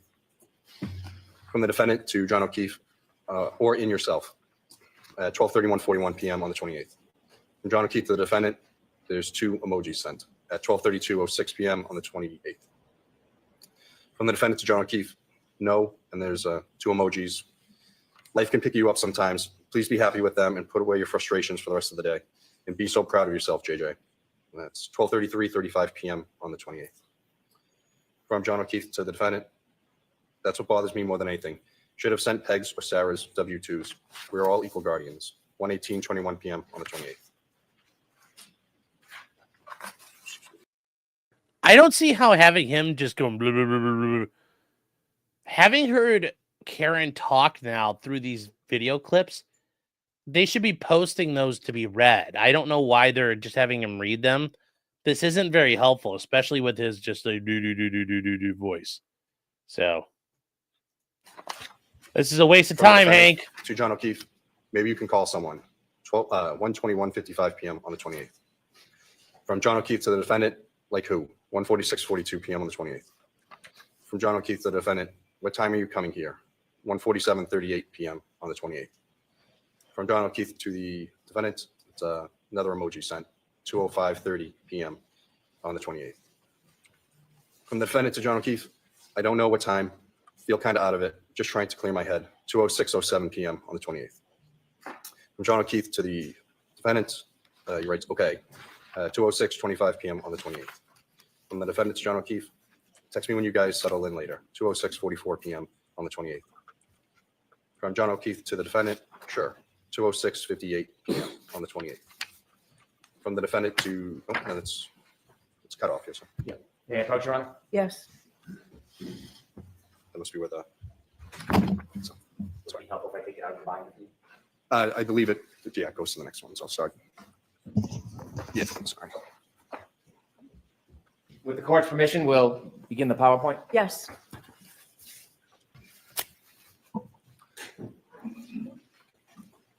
At your leisure. Okay. The phone calls, text messages. We'll start with the first slide. Just from the defendant to John O'Keefe. I feel pretty shitty about how this morning went down. I know you said sorry, but it really stung, especially when I've been trying pretty hard lately. I feel like a loser turning around, just coming back over after everything you said. 2:16:10 p.m. on the 28th. From John O'Keefe to the defendant, not sure what you want me to do. He said, I'm sorry, and I was out of line. If you prefer to stay home, I totally get it. 2:17:16 p.m. on the 28th. From the defendant to John O'Keefe, things in my own life have been difficult too, 2:17:33 p.m. on the 28th. From John O'Keefe to the defendant, I know. 2:17:40 p.m. on the 28th. At 2:17:45 p.m., the defendant calls John. The phone call is answered and they speak for 2 minutes, 22 seconds. 2:23:02 p.m., the defendant calls John. That's again answered. At 1:00, and they speak for 1 minute, 2 seconds. At 2:24:17 p.m., the defendant calls John, and the call is rejected. From the defendant to John O'Keefe, tell me if you're interested in someone else. Can't think of any other reason you've been like this. 2:25:18 p.m. on the 28th. From John O'Keefe to the defendant, nope. 2:25:33 p.m. on the 28th. From John O'Keefe to the defendant, things haven't been great between us for a while. Ever consider that? 2:26:03 p.m. on the 28th. At 2:28:40 p.m., the defendant calls John. That call is rejected. Mr. Greeno, can you explain to us the difference between not answered and rejected? Yes, so if the call is not answered, that means the call rang out and goes to voicemail. If the call is rejected, that is someone actively hitting the send to voicemail button to disable the call, to stop it from ringing. From John O'Keefe to the defendant, kids are here, not in the mood to talk. 2:29:03 p.m. on the 28th. From the defendant to John O'Keefe, so you're not into it anymore. That's fine, but I don't want to keep trying and you keep treating me like this. 2:29:12 p.m. on the 28th. From the defendant to John O'Keefe, I'm trying to hug and kiss you this morning and you whack me in the face with a pillow. 2:29:59 p.m. on the 28th. John sounds like an asshole. From the I'm not defendant to saying he John O'Keefe, deserved last it, night but I you're don't feel basically bad. like, yeah, what about when we talk about the future? So why don't you just admit you're not into so much anymore? 2:30:23 p.m. on the 28th. From John O'Keefe to the defendant, not how it went down, but okay. 2:30:26 p.m. on the 28th. From the defendant to John O'Keefe, can you please admit your head is out of the game with us? 2:30:52 p.m. on the 28th.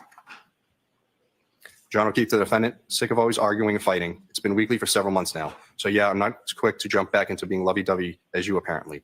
2:32:28 p.m. on the 28th. At 2:32:47 p.m., the defendant calls John. That call is rejected. John O'Keefe to the defendant, OMG, stop calling. 2:32:54 p.m. on the 28th. From the defendant to John O'Keefe, then why would you start with me this morning? 2:32:58 p.m. on the 28th. From the defendant to John O'Keefe, you're setting me up to fail. 2:33:05 p.m. on the 28th. From the defendant to John O'Keefe, you started a number of fights from your end. 2:33:26 p.m. on the 28th. And John O'Keefe to the defendant, I've explained it a few times already, not doing it again. 2:33:31 p.m. on the 28th. Uh-oh. From the defendant to John O'Keefe, so you're not into this anymore. 2:33:41 p.m. on the 28th. From John O'Keefe to the defendant, not into fighting all the time, correct. 2:34:03 p.m. on the 28th.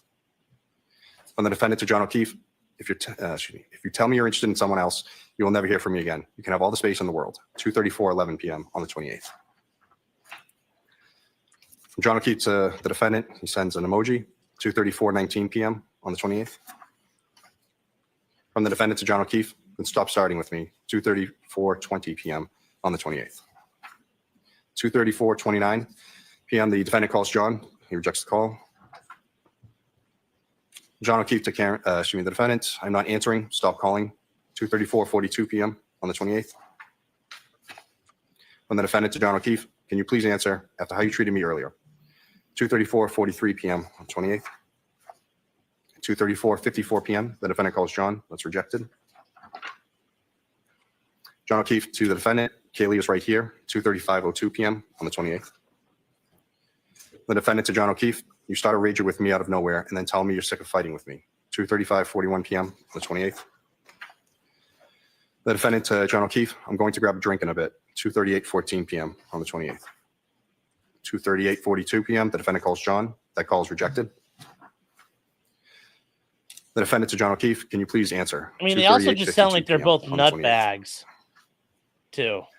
From John O'Keefe to the defendant, no, Karen, not sure why you need to announce that you're going, not sure why you need to announce that you're grabbing a drink, but have fun. 2:39:46 p.m. on the 28th. From the defendant to John O'Keefe, seeing if you want to meet me later. 2:40:22 p.m. on the 28th. From the defendant to John O'Keefe, can you please call me? 2:40:32 p.m. on the 28th. From John O'Keefe to the defendant, have to take them to the doctor. He has practice. 2:40:55 p.m. on the 28th. From the defendant to John O'Keefe, yeah, 5 minutes. 2:41:17 p.m. on the 28th. At 2:43:01 p.m., the defendant calls John. It's not answered. At 2:43:45 p.m., the defendant calls John. The call is rejected. John O'Keefe to the defendant, my father just walked in. 2:43:58 p.m. on the 28th. The defendant to John O'Keefe, okay, can you please call me for 2 minutes? 2:44:14 p.m. on the 28th. John O'Keefe to the defendant, not right now. 2:44:23 p.m. on the 28th. The defendant to John O'Keefe, I'm there when anyone else needs me. 2:44:26 p.m. on the 28th.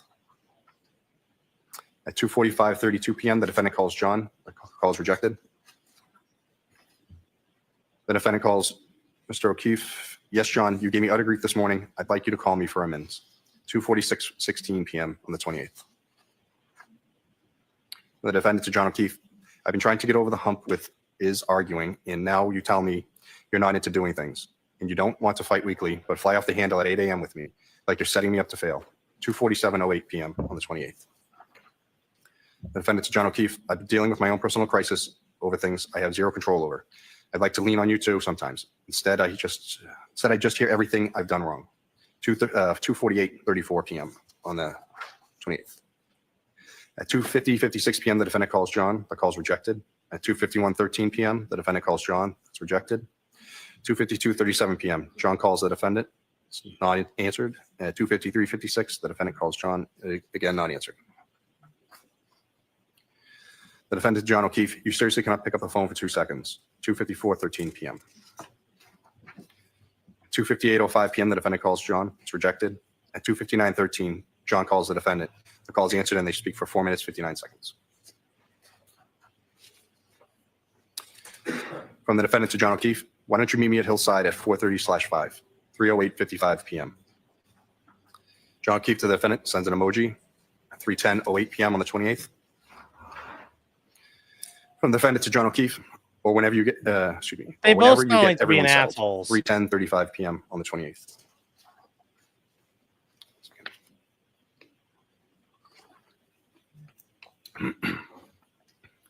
From John O'Keefe to the defendant, like I said, doctor now, and he has practice till 6. If you want to go start drinking, then go for it. 3:36:21 p.m. on the 28th. From the defendant to John O'Keefe, I didn't know the times of his practice. 3:36:40 p.m. on the 28th. From the defendant to John O'Keefe, I just want to give you space at the house without me there. So rather meet you out than meet at the house. 3:37:01 p.m. on the 28th. John O'Keefe to the defendant, yeah, well, now there's a 72-year-old taking up shop on my couch. 3:37:36 p.m. on the 28th. The defendant to John O'Keefe, yeah, that too. 3:37:46 p.m. 28th. From the defendant to John O'Keefe, is he going to Collins? 3:38:23 p.m. on the 28th. John O'Keefe to the defendant, not tonight. 3:38:32 p.m. on the 28th.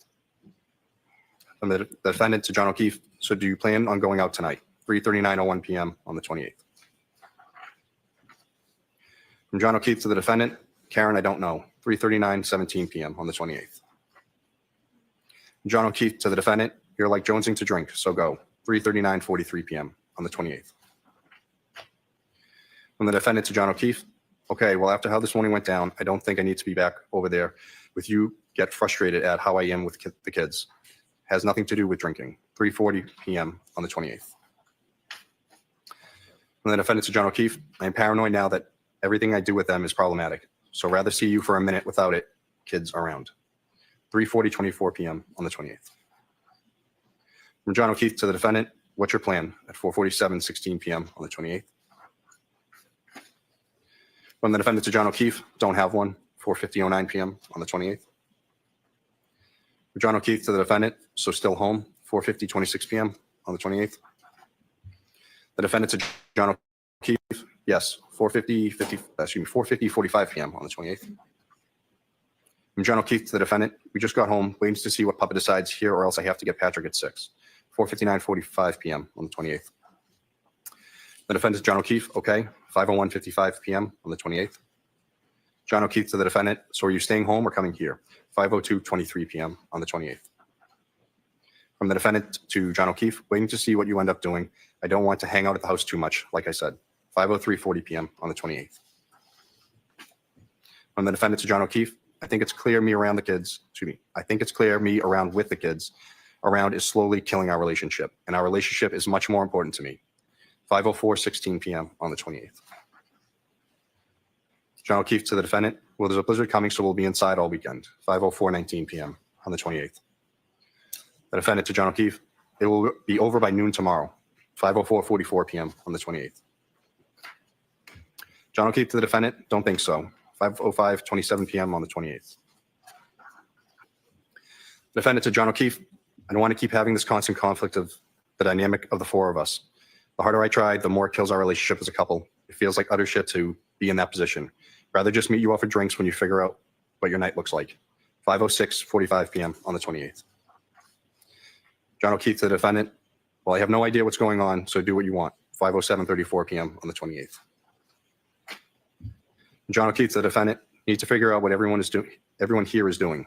All I know now is Madeline is coming over. No clue about Patrick yet, or if Papa is planning on hanging for a few more hours.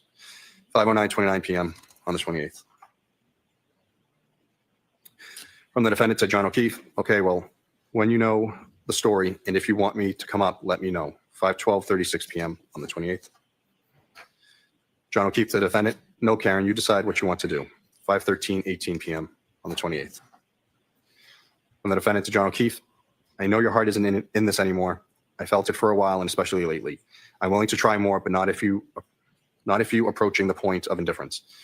If you want me to come up and you can head out for a while, then say so when you know what your father is doing. 5:14:23 p.m. on the 28th. John O'Keefe to the defendant, you come up and I head out, really? Emoji. 5:15:48. John O'Keefe to the defendant, I've told you already, I don't bounce back as quickly as you do after we have a battle. 5:16:52 p.m. on the 28th. From the defendant to John O'Keefe, no, head out together with an emoji, 5:17:49 p.m. on the 28th. From the defendant to John O'Keefe, or meet out, 5:17:54 on the 28th. John O'Keefe to the defendant, gonna send Patrick to Collins tonight. They're picking him up around 7. Mike may hang out too when he brings Matt over. So why don't you just come over? 5:19:42 p.m. on the 28th. From the defendant to John O'Keefe, Mike doesn't want to go out for a bit. 5:20 p.m. on the 28th. From the defendant to John O'Keefe, I would like to, been a shit day from the jump. 5:20:33 p.m. on the 28th. From John O'Keefe to the defendant, probably 5:20:39 p.m. on the 28th. From John O'Keefe to the defendant, I just got sober an hour ago. 5:20:56 p.m. on the 28th. From the defendant to John O'Keefe, I'll text you, hang with Mike for a few. I don't need to butt in. Text me if/when you think you may head out. 5:25:12 p.m. on the 28th. From the defendant to John O'Keefe, can you send me Tim Zoll's contact info, please? 5:26:38 p.m. on the 28th. John O'Keefe to the defendant, I paid the last bill. 5:27:08 p.m. on the 28th. From the defendant to John O'Keefe, you didn't have to do that, thanks. 5:27:43 p.m. on the 28th. From the defendant to John O'Keefe, are you really not going to accept my friend request? 5:32:33 p.m. on the 28th. From John O'Keefe to the defendant, an emoji on what, FB? 5:33:01 p.m. on the 28th. From the defendant to John O'Keefe, yeah, we've been going out for 2 years. 5:33:20 p.m. on the 28th. John O'Keefe to the defendant, I haven't gone on. You defriended me over a year ago, I believe. 5:33:48 p.m. on the 28th. From the defendant to John O'Keefe, Kerry texted that they're headed out in a bit. 6:05:29 p.m. on the 28th. From John O'Keefe to the defendant, okay. 6:14:55 p.m. on the 28th. From the defendant to John O'Keefe, she's going to let me know where. 6:17:51 p.m. on the 28th. From John O'Keefe to the defendant, so you're going to meet them. 6:18:12 p.m. on the 28th. From the defendant to John O'Keefe, just presenting it as an option. Wouldn't mind hanging out with them for a drink. 6:19 p.m. on the 28th.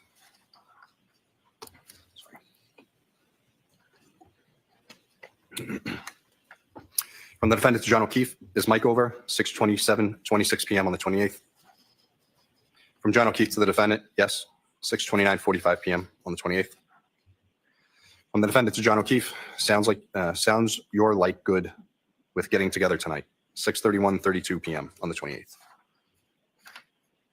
From the defendant to John O'Keefe, was hoping after this morning you'd be interested in smoothing things over with me. 6:32:24 p.m. on the 28th. John O'Keefe to the defendant, told you to come over, but you insisted on meeting me out somewhere. 6:33:44 p.m. on the 28th. From the defendant to John O'Keefe, Mike is a little off with me for a while now. I've said that multiple times. 6:34:34 p.m. on the 28th. From John O'Keefe to Karen, the defendant, time to get over it, Karen. He's fine. He was fine the other night when he came by. 6:38:09 p.m. on the 28th. From the defendant to John O'Keefe, yeah, wouldn't mind hanging out with other people, like another female too. 6:39:09 p.m. on the 28th. From John O'Keefe to the defendant, where are you meeting them? 6:39:28 p.m. on the 28th. From the defendant to John O'Keefe, I don't have plans with them. She just said they're headed out in a bit and will text when they land somewhere. 6:39:52 p.m. on the 28th. From the defendant to John O'Keefe, if you want to go out with Mike solo, that's fine. Just let me know. 6:40:17 p.m. on the 28th. From John O'Keefe to the defendant, I already told you what you should do. Not going to keep doing this. 6:41:07 p.m. on the 28th.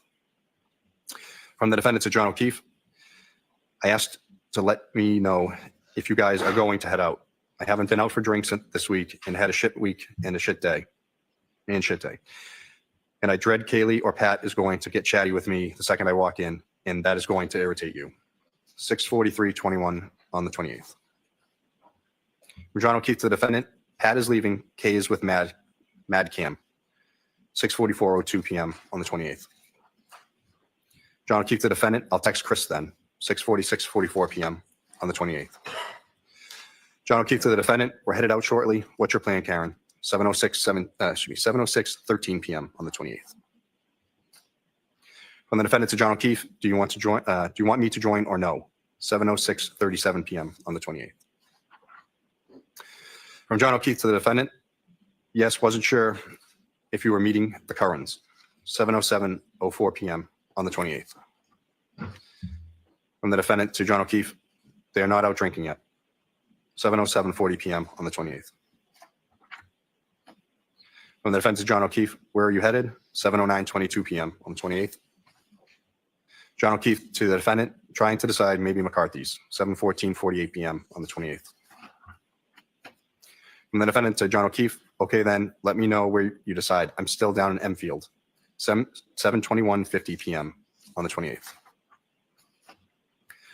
From John O'Keefe to the defendant, text me when you leave. Still waiting on McKinney's. 7:22:28 p.m. on the 28th. From the defendant to John O'Keefe, I'm having issues with my hot water, so had to text someone to take a look. 7:24:11 p.m. on the 28th.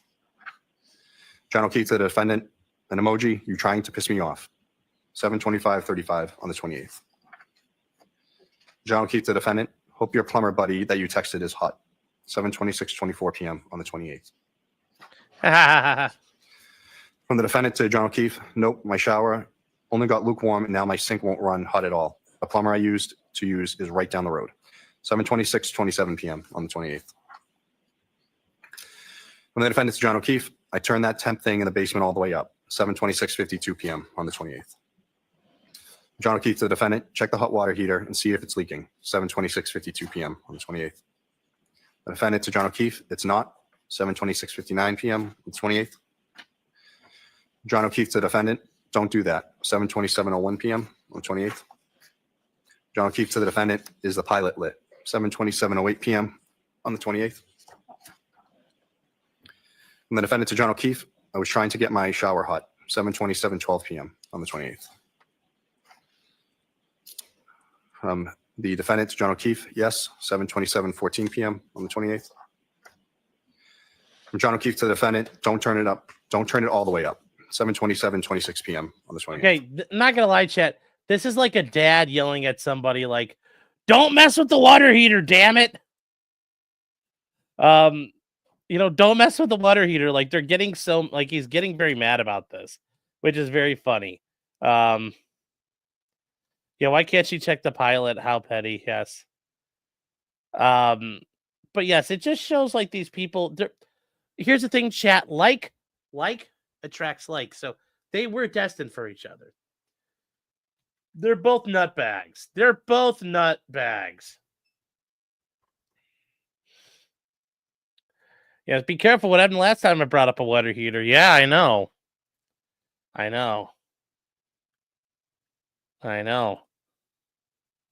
mean, I did that and it fucking set off an entire cascade.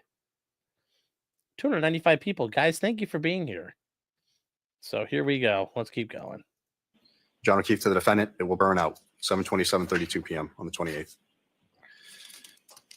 From the defendant to John O'Keefe, I had this issue twice before and it wasn't a disaster. I just can't remember what the cause was. 7:27:41 on the 28th.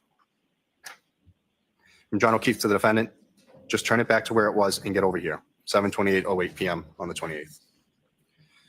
From the defendant to John O'Keefe, I don't want to come home in a blizzard and then really be up shit creek.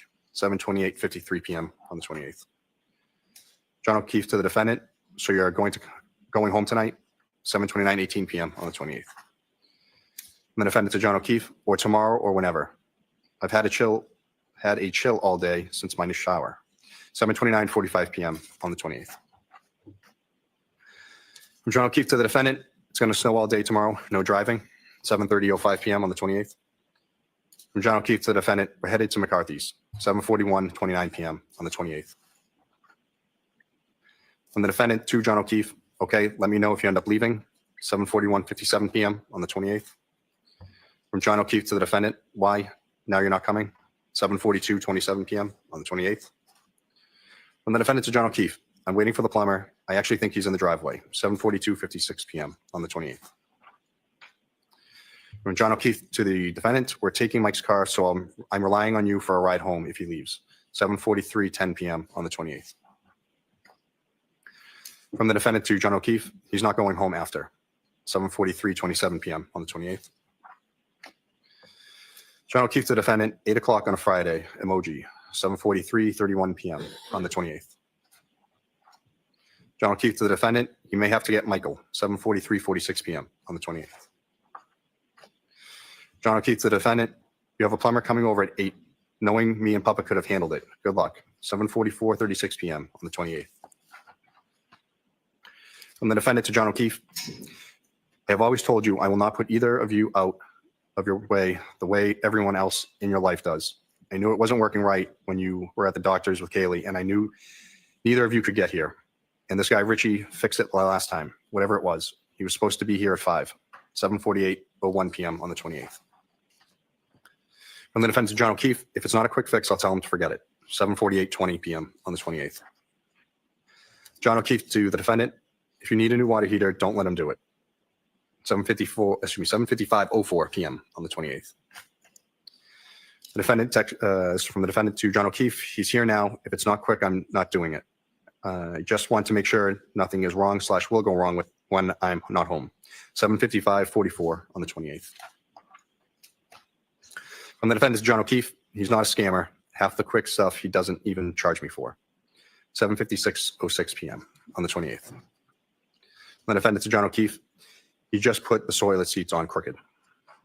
7:56:28 p.m. on the 28th.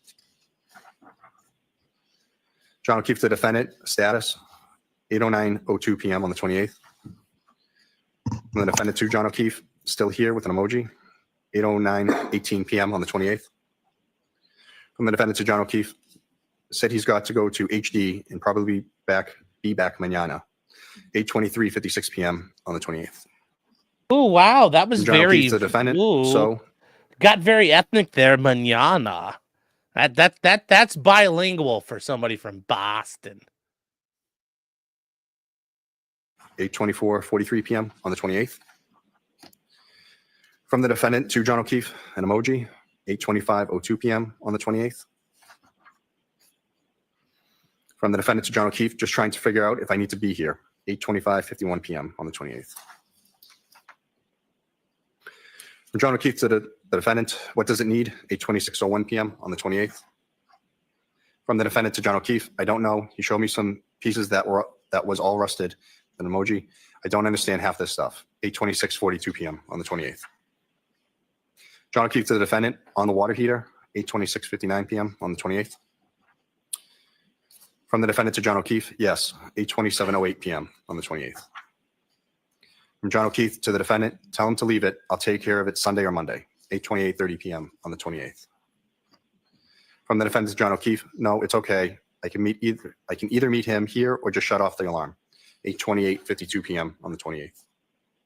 From the defendant to John O'Keefe, he used to work here while I was at work, 8:29:02 p.m. on the 28th. From John O'Keefe to the defendant, does he realize it will be whiteout conditions tomorrow a.m., 8:29:32 p.m. on the 28th. From the defendant to John O'Keefe, yeah, but he lives right down the road, 8:29:47 p.m. on the 28th. From John O'Keefe to the defendant, Karen, the storm is going to be intense. Can't drive, 8:30:19 p.m. on the 28th. From the defendant to John O'Keefe, okay, well, if he can't, he can't, 8:30:36 p.m. on the 28th. John O'Keefe to the defendant, I'll do it Monday, 8:30:56 p.m. on the 28th. From the defendant to John O'Keefe, I better not still have this problem on Monday, 8:31:22 p.m. on the 28th. From John O'Keefe to the defendant, you plan on being there, 8:31:43 p.m. on the 28th. From the defendant to John O'Keefe, I'd to know I can take a hot shower there here if I need to, 8:32:14 p.m. on the 28th.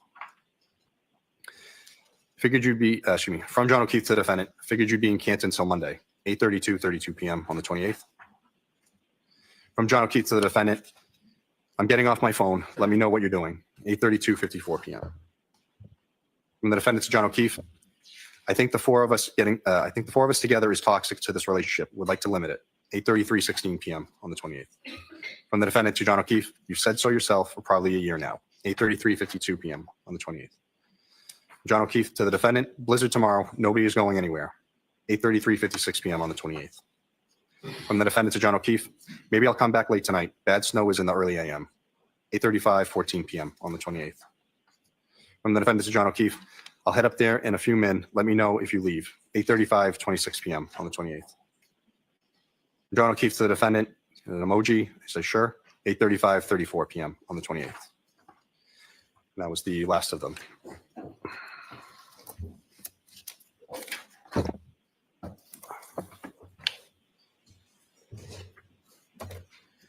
We're almost done, sir. And you can feel free to stand. Okay, thank you, Honor. So that presentation is a compilation of text messages and phone calls between John O'Keefe and the defendant on January 28th, 2022. Yes, that was. Aside from that compilation, are there other text messages and phone calls that you've reviewed between John O'Keefe and the defendant that evening, January 28, 2002, going into past midnight, January 29, 2022? Yes, there's more text messages. And those text messages and phone calls, are they a separate compilation from this? Yes, that's correct.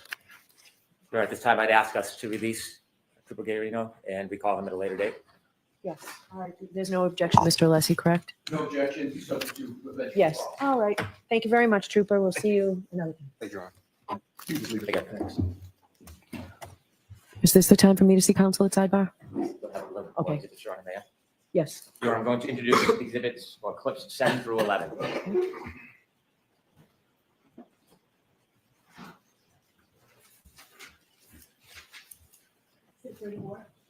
Thank you. With the court's permission, could I begin with clip 7? Yes.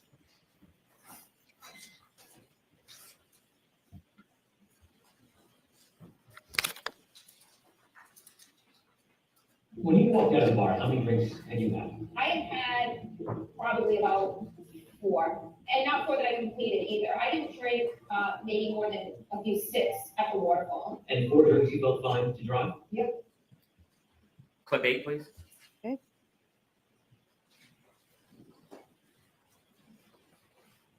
And is the level of intoxication pretty high here for everybody? It's happy. Yeah. It's You had a last drink, right? I wouldn't say I have like a normal amount. Let's say like a vodka tonic every 40 minutes. Okay. And so are you feeling like buzzed? And I'm not judging, I'm just trying to get a Yeah, sense. buzzed. Yeah. Clip 9, please.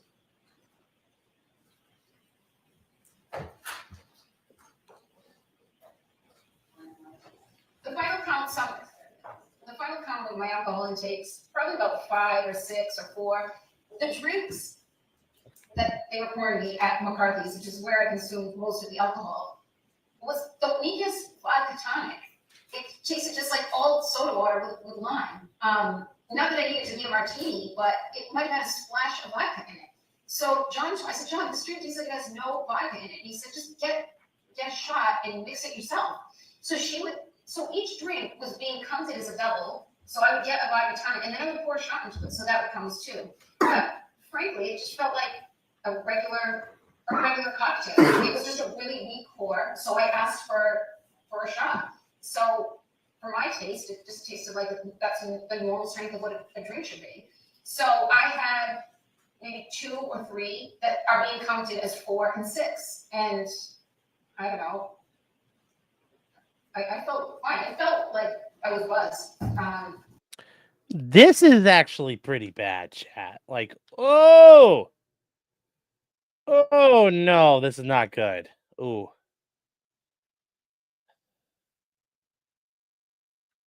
Yeah, this was poor planning. And then there was one drink, the last one that was given to me, which I would have counted as 3, but they're counting as my 6th cocktail. The guys that we were with bought a round of shots, and they gave me one that I didn't drink, but I poured in my drink. So that's now my 5th and 6th drinks, with the 7th, which is a shot that all the men did, and I poured it. So that one glass that I'm holding, that I go into the waterfall with, has 3 drinks in it, a vodka tonic and 2 shots. And which is why John said to me, you're not leaving that drink here, like you haven't touched it and just poured a bunch of vodka. He's like, just take it with you, which is something he always did. So then I go into waterfall, and I put that drink down, and I socialize most of the time. So that would have been my 5th, 6th, and 7th drinks. Then John orders me a drink at the waterfall that I don't drink, that he takes with him. And then there was a round of shots that Chris Howard bought that I did take. So that would have been the night. But I did not consume 9 vodka martinis or take 9 shots, depending on how you count it. And the last 2 drinks, I didn't touch. So. Clip 10, please.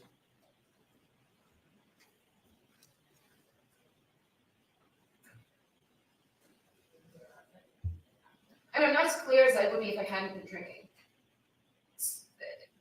I mean, I had drank, so, and that led me to question, like, could I have hit him? Did I run over his foot or hit him in the knee? Did I incapacitate him? I mean, I always drive with my music blasting ever since I was 16. And I know when John got out of the car to go into Fairview, I know my car was blasting because when I got in it the next morning to go look for him, I had to immediately turn it down. And I don't know, it's stormy. I have had a few cocktails. I did black out, but I wasn't as lucid as I would have been if I had gone to bed at 9 and drank a tea. But so I was fuzzier than I would have been if I had no alcohol. Clip 11, please.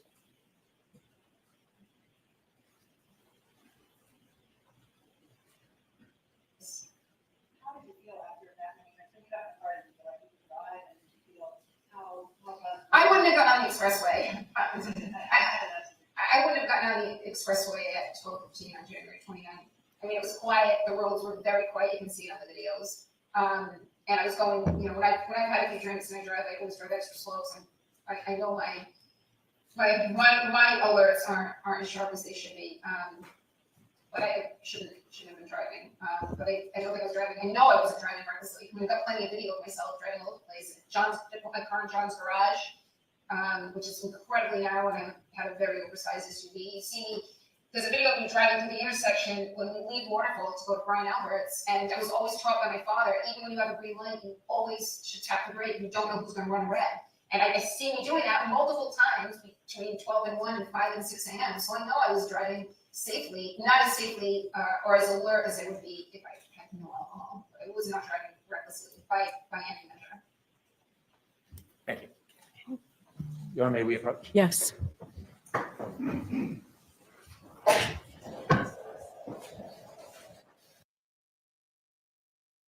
That's a problem, chat. Like, these things are bad. They're bad.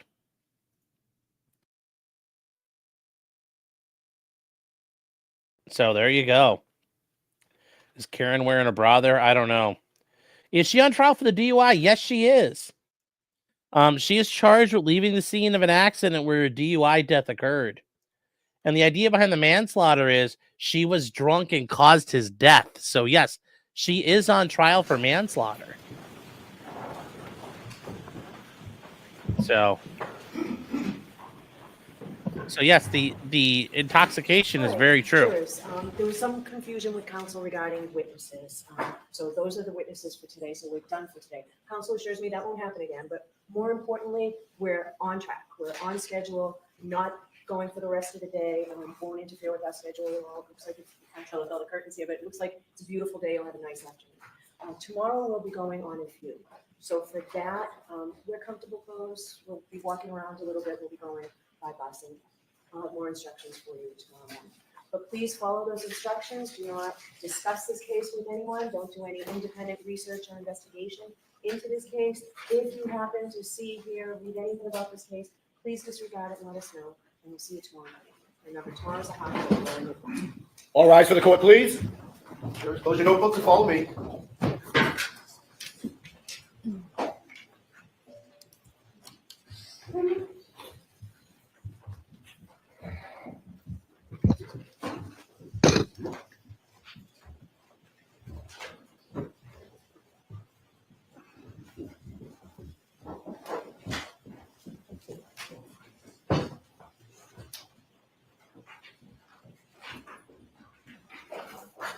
All right, chat, let's see where we are. Jury's exit the courtroom. All right. Mr. Brennan, have you had an opportunity to think about whether experts should be permitted to either be present or watch the proceeding? And I also want to know, are you expecting to put on any expert testimony tomorrow? Dr. Fowler will testify tomorrow. I think that should be considered expert testimony. He provides the procedures and protocol for the testing of blood serum. Okay. So I think he's technically considered an expert, although one of the briefer ones. All right. Does the defense want an expert to be able to watch that? All right. So I know we've had a lot going on this morning. Do you want to address this tomorrow? When do you want to address whether experts should be present? If I can address it tomorrow morning, I can consider. All right. We'll do that. And have you talked about who you all mean? Like, do you all know who you want to have exempt from the sequestration order? We haven't got to that detail. I'm sure they have in mind who they want. I haven't gotten to that point yet. All right. We can have that discussion so that we can present tomorrow what my position is and address the court on the witnesses. Sure, we can do that. And then I know you said that you've got an agreement that you'll provide witnesses or a list of witnesses in advance to defense counsel, and I'm sure you'll provide witnesses in advance to Mr. Brennan. Include me on that, please. I just like to know Very who's well. coming up the next day because I have to prepare as well. Happy to. Thank you. Okay? All right. So we'll see you tomorrow morning. Thank you again. All right. All right, chat. There we go. There we go. This is another day in the books. This wasn't really a barn burner, but they brought up the issue of how do we handle this guy coming in to provide testimony? And that makes sense. You're going to need experts. They have the right to listen to this testimony. So we got to figure out what we're going to do here. Katie says Proctor's a creep, but you guys want to see your tits. I'm not the one in charge of a fucking homicide investigation. There's a difference. And if you can't tell that difference, you're a shitty troll. Work harder.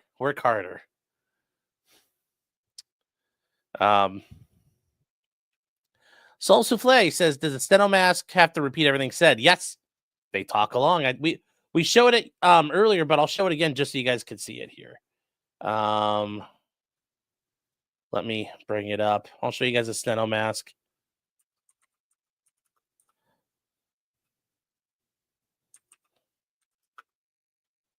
Let me see here.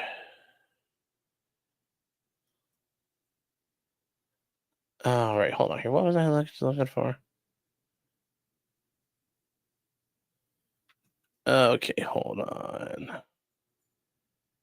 Oh, the Chinese launched a fucking manned spacecraft. That sounds scary as hell. I would not want to be on that thing. Okay, let's see if this guy will show you here. So this is a good I try to let you know about a steno mask and let you know what a steno mask is because not a lot of people know. Steno mask is a microphone inside a mask such as this. It's a handheld microphone. It's got a rubber face piece and some foam inside. And inside the mask, there's a microphone that picks up your voice. What steno mask allows you to do is communicate privately anywhere. So you can have a steno mask plugged into a smartphone with your headphones on, and you can make a private conversation, a private phone call anywhere on a subway, on an airplane, anywhere in an office, board meeting, and you just talk into the mask and no one can hear what you're saying. So you can have a private conversation anywhere as well. It also blocks out all the noise around you. So if you're in a noisy environment, no one will hear the traffic around you. Or if you're in an engine room and you need to communicate with the bridge, well, no one, all the noise from the engine room will be deleted by the mask. You can also use it with speech recognition software, such as Dragon. And all you need is your Dragon software, along with a USB device, such as this one in Andrea. And you just plug your mask into your USB adapter, and you can silently transcribe information verbally. It's any kind of document in an office, wherever you want. So if others around you won't overhear what you're saying, is completely private. Other than that, this is our newest model. It's a Steno SR. It says extra noise proofing inside of it. It's our most accurate microphone to date, most comfortable and most affordable.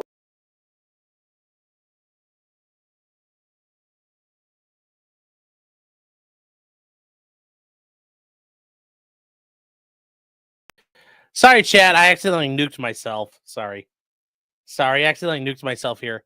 So we'll bring up the rest of that real quick. Yeah, India and Pakistan are heating up. Like Pakistani visas are getting revoked. Everything is everything's starting to go bad over there. They're like not redeeming people. So if you guys ever want to know this stuff, there's all kinds of like, just come and Google things. Just come and Google stuff. You can see like, court reporters talking about stuff. These are, this is an interesting one I've seen before. Have you heard of the stenography machine? This machine appears in every single courtroom and it's the court reporter's job to use it to write every word that is spoken in court. A court reporter can write at an extraordinary 225 words per minute on their steno keyboards. But sometimes a court reporter has to write for hours and hours, writing down everything that everyone is saying. You would think that their hands would hurt after so much typing.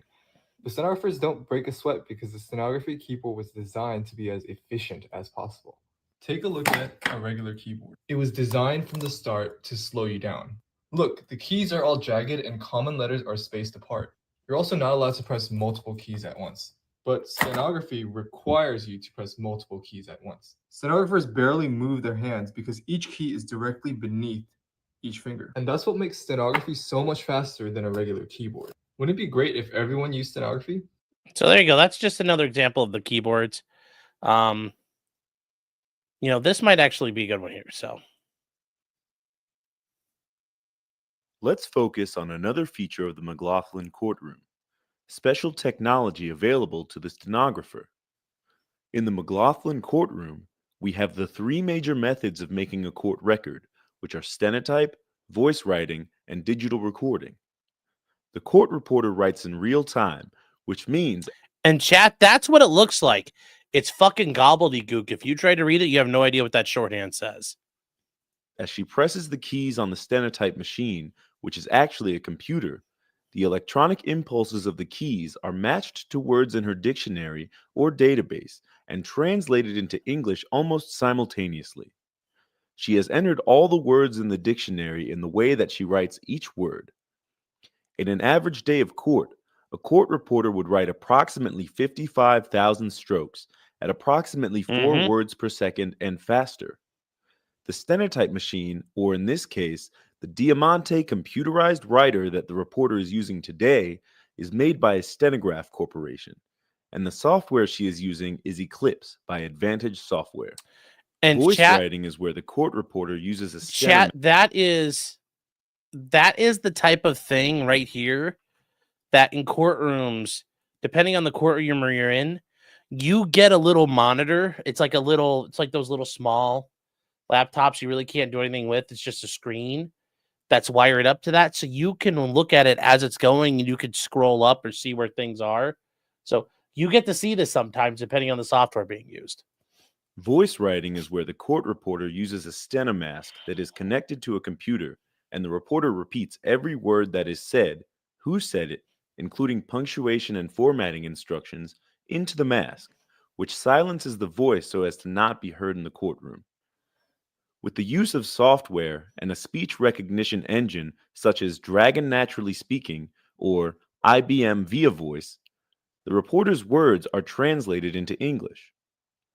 Only the reporter's voice will be recognized because the reporter has spent considerable time training the speech engine to recognize his or her voice. Some software manufacturers of stenotype software make the voice writing software as well. We also have FTR, for the record, the recorder and the player, which is digital recording and transcription software supplied by FTR Incorporated. Now, guys, this one's pretty simple. It just records. And when you need it, like when it comes to an appeal and you had just straight recording going on, what you would have then is an appeal. You would send the recording out to a stenographer and they would type it out and then they would translate it and then they give you a copy. So that is, that's how the recordings work. The recordings actually are not that impressive. They're pretty straightforward. Yes, Dragon is used for dictation. So I bet Sean could dominate on a bit on a type racer. So One Eye Moon says, hi, Sean. Hi, chat. Cowpokes is a niche skill set. Yes, it is. Depending on where you're at, it's a very in-demand skill set. There are many, many courtrooms nowadays that just have a digital recording going. Court stenographers are a dying breed. If you're in a bigger city, you can find companies that employ court reporters. So, for example, for depositions or other types of hearings, they will do stuff. But, you know, you go out to a lot of places, they don't have court reporters anymore. Costs too much money. Have a fucking machine record it. So, Hubbleson says it's dumb. It's the only way we've agreed upon an accurate record. It's the same reason why the fax machine has survived, because of the law. The law has said fax is the gold standard. That's why it survives. Also, Afix, I need to reach out to you. I saw your message you sent to me. I want to get back to you on that tonight. Lolita says, which one's more cost effective? The recordings, because you generally don't need transcripts all the time. So, yes, it can be very lucrative if you're a floating court reporter in the 90s. Yeah, even nowadays you can make good money doing it, and they make good money. AI will replace it, not for a long time. Not for a long time. Fax is secure. It's not really, but it's more secure than, and it's reliable and documented is part of the other issue. Why are they called Madam Court Reporter? Well, because she's a woman. If he was a guy, they would say Mr. Court Reporter. Fax survives because Japan is stuck in the 90s. Well, that too. The court reporter in the YSL trial says they're badly needed in Georgia. Yeah. Like, for example, though, like I'm in Cleveland, guys. There are entire, like, there are pools of court reporters. You drive out to the suburbs in the outlying counties, courts don't have any. So, Similar EXP says, just found the stream. It's very good. Well, thank you. I appreciate that. And guys, if you are new, we do a Thursday night show every Thursday night. So tonight, we kind of do a weekly kind of talk about what's going on out in the legal world. We got a lot to talk about tonight. Some interesting stuff has happened. For example, Greenpeace got hit with a $600 million verdict for screwing around with an oil drilling operation. An Iowa magistrate got in trouble for being a little too edgy when he was talking to people. Obviously, Nick Rekieta had his sentencing this past week. And then a case that we talked about earlier, an attorney in Texas filed an appeal brief with AI-generated cases, and they had to make an excuse of what happened. So, yeah. They filed their response, so we'll go over that tonight. That's a bunch of other stuff out there. We'll do it. We'll get to all that. But, yeah, it's tonight at 9:30, so we will get to that. Hope to see you there. AI is still too retarded, yeah. Yes, fax is super insecure. Yeah, but it's not only important for the law. Like, I use eFax. Like, I use electronic faxing, like digital faxing, because some places still need fax transmission for things, because not every court uses e-filing. And, they're like, you need to upgrade. I'm like, no, I don't. My filings are public record. So fax is low bandwidth, yes.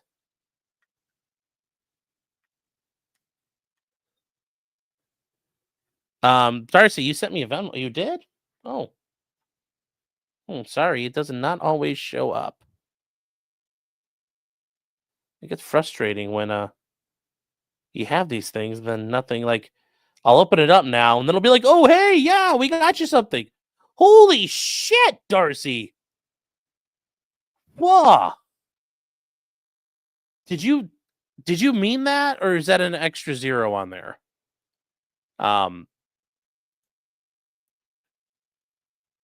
That I'm just asking. Because if it's not, I'll say thank you and everything, but I just want to make sure that's not meant to be like an accidental. Cheers, thank you. Okay. No, it's not $1 million. It's not $1 million. But Darcy with $500, chat. 500. I'm glad you said something because, once I opened up Venmo, it's like, oh, by the way, somebody sent you something. $500. Thank you, Darcy. I truly appreciate it. And she says, thank you for streaming the Karen Reed trial. Yeah, guys, we're going to be doing this all the time. If you're new and you're here, we're going to be doing this in the afternoons because I got an attorney like during the day. So I don't generally have time during the day to screw around and watch the trial. If I did, I would.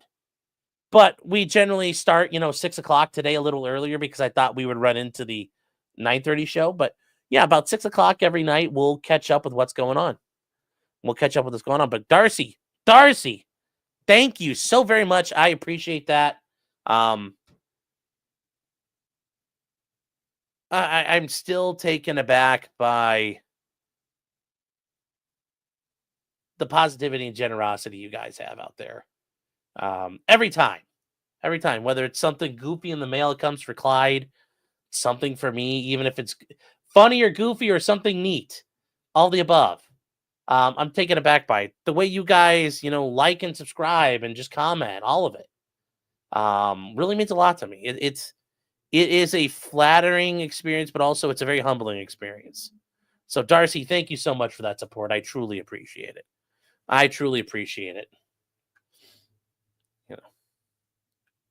So thank you. Is it $1 billion? Yeah. No, it's not too. No, she didn't do like 500 Argentinian pesos. It was 500 American dollars. True Sleuth says just got home. Was it a short day in court? Yes. Hank Brennan ran out of witnesses. So happens sometimes. It's live TV out there, guys. This is live TV. Things happen. Yes, it's based. Goddamn. Now everybody knows Darcy won the lottery. Donating to my Switch 2 fund. How much is a Nintendo Switch right now? I know everybody was trying to buy one last night, and Phil tried to buy one, and then Worski and Pay were trying to buy one. I'm gonna say that's how Null does it. I do think it's so funny.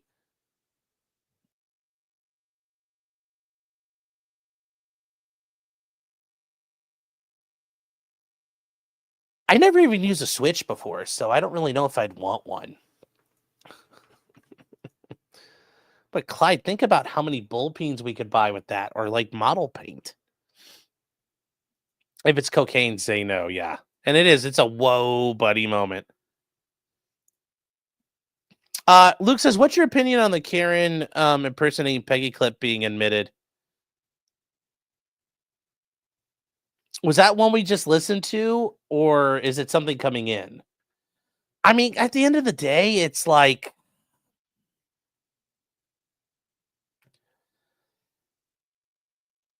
I think the jury's going to forget about all that shit. Because at the end of the day, you can call Karen a bitch all you want. The evidence is not going to support convicting her. So, was it Kekistani dollars? No. Yeah, we're going to Golden Corral tonight, chat. We're paying for the unlimited drink package tonight. You're an attorney? Yes, I am. And Darcy, I did want to say here, yes. You are welcome and we appreciate you. Well, thank you.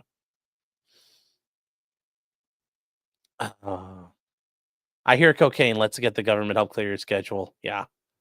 Well, I'd rather not have my schedule cleared like that. Yes, that's like 200 donuts.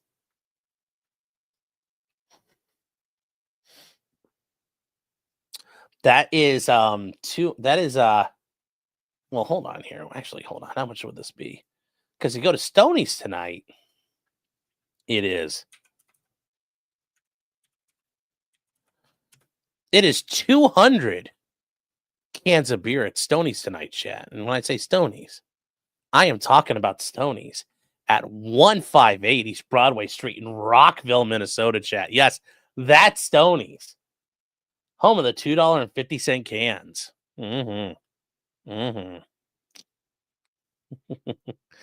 Little preview stuff we worked on tonight. Got ready for the next. It's literally $499.99. So, yeah, here's the thing. You did not miss anything today. This was not really worth it. But we have to watch it. We got to watch the whole thing because you never know what's there. Try Animal Crossing. Manny B says, what's the water heater story? It's when I made the joke to Nick about the water heater, the tankless water heater, when Nick yelled at me. That's the water heater joke. Luke says, was the one fought about yesterday? I don't know. I don't think it's really not going to hurt Karen. The clips are not going to hurt her. It's what's on that black box is going to kill her or make it, really. So that's what's really going to be there.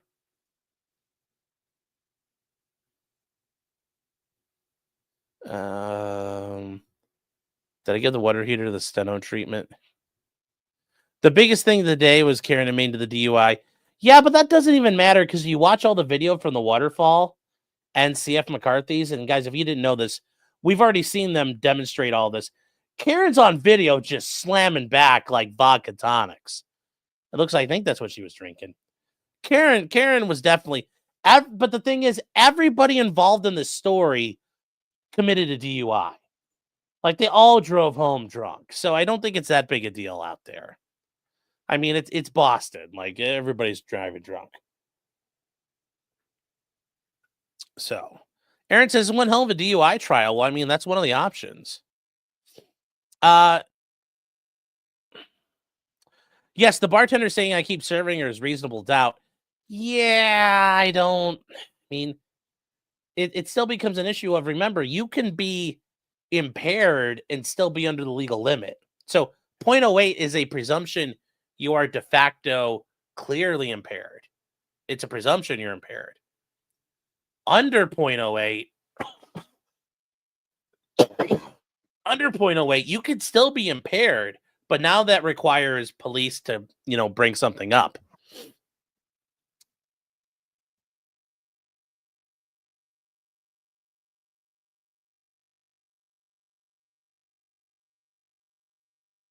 So that's kind of the point there. Yeah, they're not supposed to serve you're impaired either, but bars don't make money if they, that's the law, but if bars did that, they'd make no money. Is that thing on a stand behind you a suppressor host? We can call it what it is. It will be. I just had some issues with the frame I'm going to have to sort out, and I have not had a chance to take it to the range yet, but I would like to at some point, yes. And I'd like to try 3D print the can, kind of like Luigi did.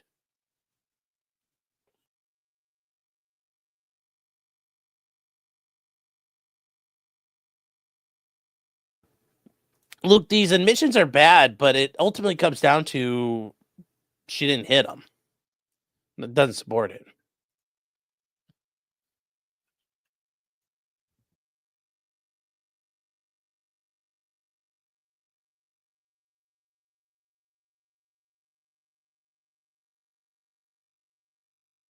Geez, that's like the first time today I've actually had a coughing issue. What's my current % chance of a conviction? I mean, it's held to the break. It's good to see you, by the way. We're like, I think you're Canadian, so I'll say it like this. We're like 3 minutes into the first period. I don't know. It's like 3 minutes of the first period of a hockey game. I mean, we're on day 2.5 of, at minimum, 30 days. I bet this goes 40 days. 40 calendar days of trial. So we got a lot of, there's a lot of hockey to play. Still a lot of hockey to play. Or if you're an American, there's still a lot of baseball to play. We're like the first two batters, it's like 2-2 in the top of the first, 1 out. And we're on the second batter.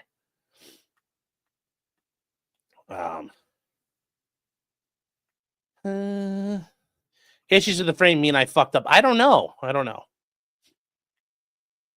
I did not drill that one wrong. That is 3D printed completely. This one right behind me, that's purely 3D printed. That is the Chairman Juan version 3. That's actually the same one that Luigi actually used to kill the healthcare guy with. I didn't know at the time.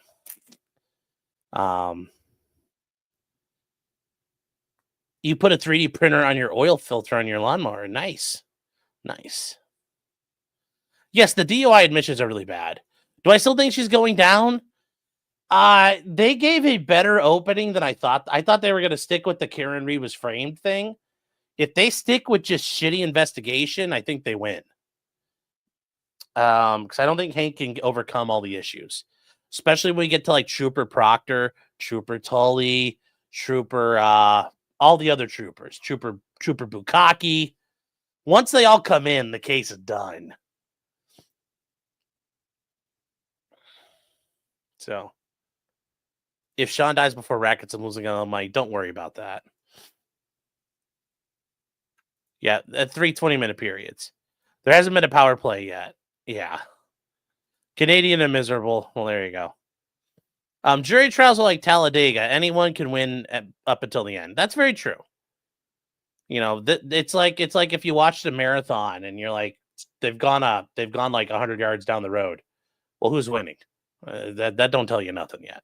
So I would just say we don't know. I think Karen's actually got a lot of advantage in her favor, but at the end of the day, it's still, I tell my clients, I don't care how good your evidence is, it's still 50-50 at the end of the day. But Karen's got the strongest 50-50 you could probably have. Tina Mucklow, hi Tina, saying Karen is obviously innocent, 100% not guilty. I understand that, but I just, will the jury see that? Because remember, they don't get to see what we see. So, your mom was like Talladega, thanks. All right.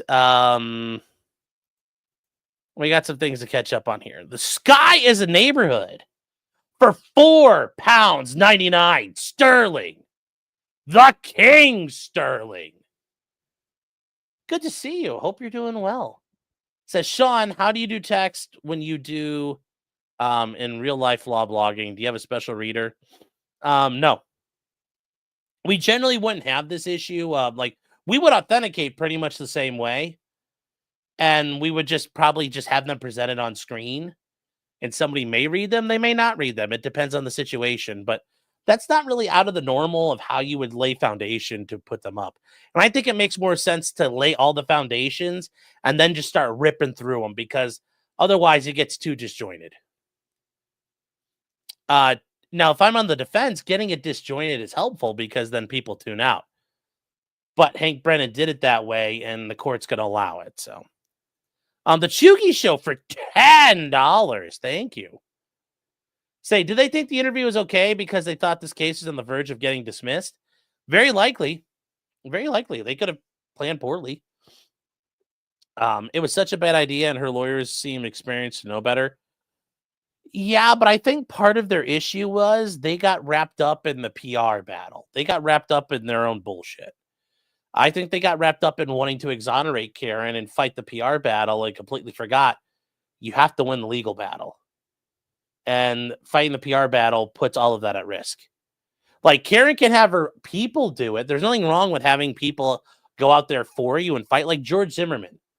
His brother went out there and fought. His brother went on like Bill Maher's show, did all these things. But what George Zimmerman did, he had lips like a statue.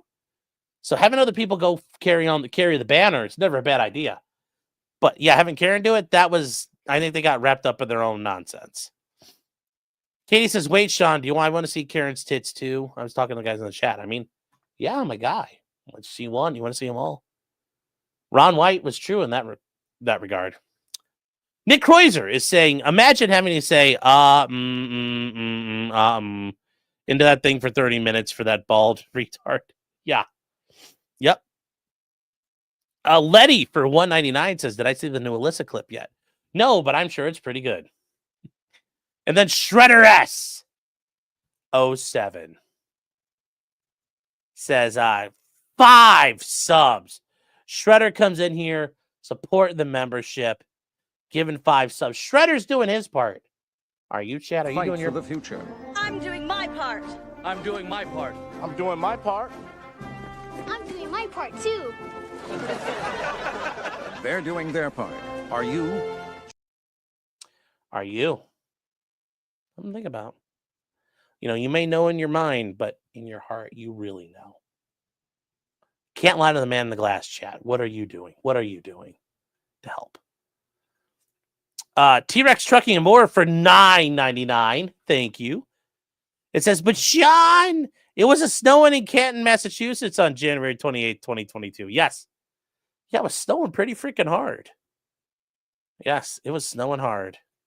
Is Mr. Medicare streaming this weekend? Yes, he is. Yes, he is. Mr. Medicare's streaming on Sunday for some reason. He's decided to work on God's day, but that's okay. That's okay. Job well done says hold the line. Oh. Luke says, I don't think the black box will be saying anything new. It won't be anything new, but it'll be confirmed by le science. That'll be the big thing. They could say it's scientifically proven what happened. I think Rentschler and them can actually comment on those things, so they'll be able to blow some holes in that. They still have a problem saying ARCA is, saying nothing happened.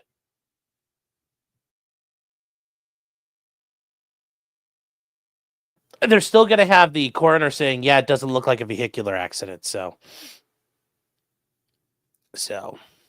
yeah, there's a lot going on there. It's because he needs money. Yeah, but he'd probably get more money on a Saturday night or a Friday night. If Jim did a Friday night, buddy, that would be pretty impressive. And also, I think there is a...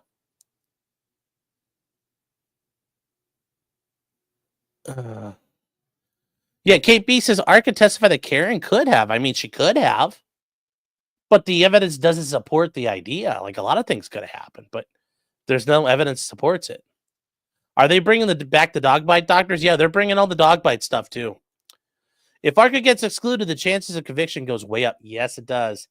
I think this is more about Beth just harassing and screwing with Jackson and them. Hold on one second, chat. Clyde! Come here, Clyde. Oh, hi, Louie. Oh, you can see the big dog wagging his tail right now. Oh, no, Clyde's standing at the doorway like, what do you want, fat man? The big dog is here. There you... Oh, see, chat, you got to see him. You got to see him. There you go. There's the big dog. There's the big dog. He's a big dog. Clyde looking at me like, fat man, no, why are you petting him?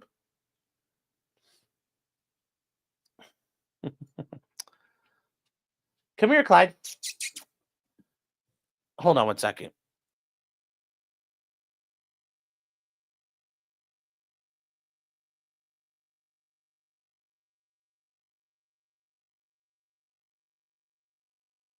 Hi, buddy. Ah, there we go. We got new people here, chat. They need to see you, Clyde. This is Clyde. He's the goodest boy. Oh, he's our good boy. Oh. Karen just retained the DUI guy. I think one of the guys who got arrested, retained the DUI guy. Trent says, wait, I own a cool dog? Yes, and this dog doesn't live in a bathroom. So anyways, guys, yeah, he's not too, like, he likes Louie, but he's kind of like, I was in a groove right now, and you kind of messed with me. So, oh,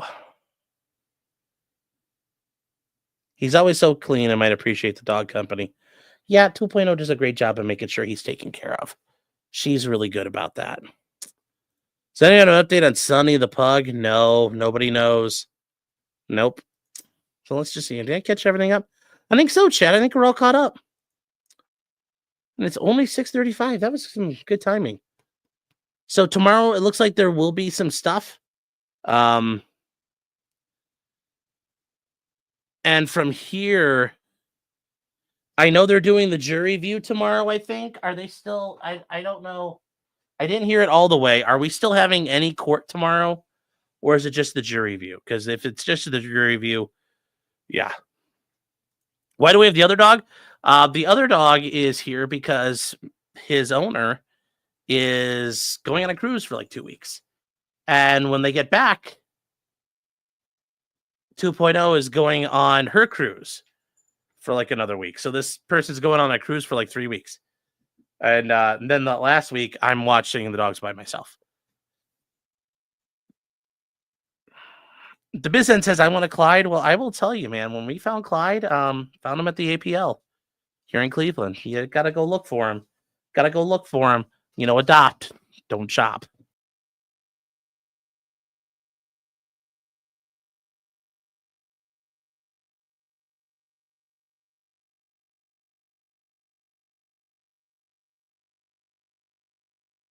No, we will not do a model stream tonight because we've got the 9:30 stream. And then after that, we're going to locals. So no model stream tonight. We will do model streams this weekend. We got a lot to work on.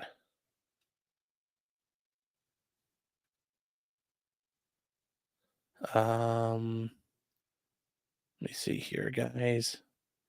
Yeah, they just said the jury view. Okay, well, then that'll be it. So there won't really be anything. Bev asked the Commonwealth they had common with the witnesses, and they said, yeah. But I don't know what's going to happen here. I don't know what's going to happen there. Let's see here. Luke, you had a question about something.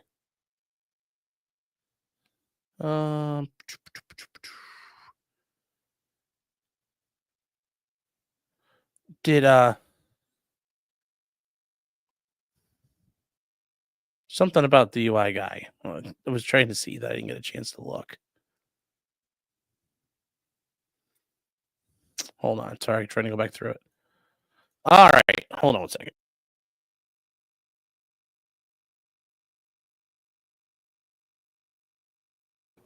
Okay, so Luke, you're asking this question. I guess this is something Larry said. Is before you get your panties in a bunch, attorney-client confidentiality is waived because we're public figures. This is a case of public interest, an accurate statement of law. I'm assuming you copy that word for word. I have no idea what Larry is getting at. Maybe he means something and I wouldn't misunderstand him. So no, I'm not going to say he's wrong because I don't know what he's implying exactly. On its face, the fact that you represent a high-profile party doesn't exclude private confidential communications. So, for example, if, Brian Steele started representing Matt Damon, they do have attorney-client confidentiality. Now, might they engage openly in public and stuff? I could see that being an issue, and then that's not a problem. But on its own, I don't know what Larry's getting at, so maybe he's right. I don't know exactly what he specifically means, so I'm not going to say he's wrong there. But no, you don't automatically waive attorney-client confidentiality. Only the client can waive it. But I can see a client saying, yeah, fuck it, we're going to waive it. So, not really sure. You adopted your English pointers from a breeder. Well, there you go, too. Yeah. You said tweet for context. Okay. Also, I got an email. Tell me this thing got continued tomorrow. Oh, it's garbage email. Damn it. Fuck. God. Hoping I can get that. Hope that gets continued. McKinley, how you doing?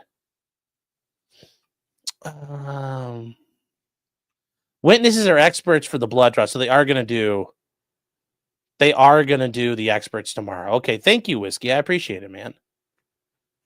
Aaron says I'm praying for a sick day. Not really. I got other stuff I can do, and I'm gonna have to drive 30 minutes for a hearing and then drive right back. So I'd rather not do that. Yeah, maybe it means they agreeing to be public about certain things. That's what I'm thinking too. But like I said, I don't know because I don't know what Larry means by that. So it could mean a lot of different things.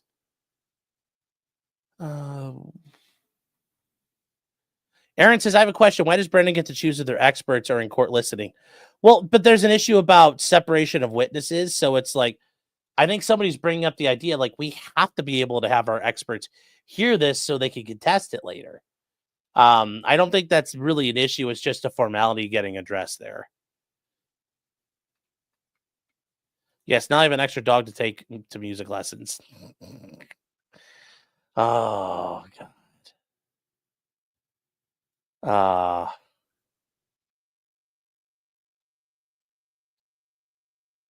Okay. Yeah, I'm not sure, guys. I'm not sure. Thank you, Luke. I see that now. I'll have to read that later. Take a look at it.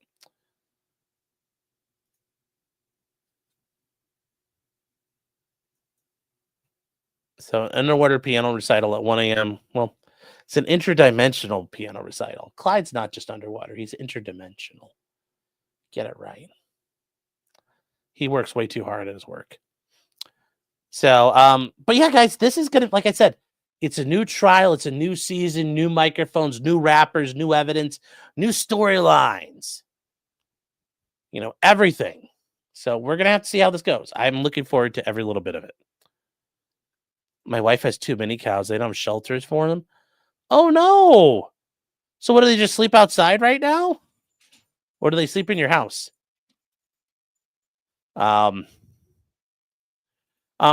C is saying, why is the logic behind the ARCA stuff? Because if they say the feds are involved, then the jury's going to want to know, why are the feds involved? And then that creates more suspicion from the jury. So that's the problem. Oh, you mean animal shelters to adopt? Ah, okay. So. Also, Karen Reed's cert petition goes tomorrow.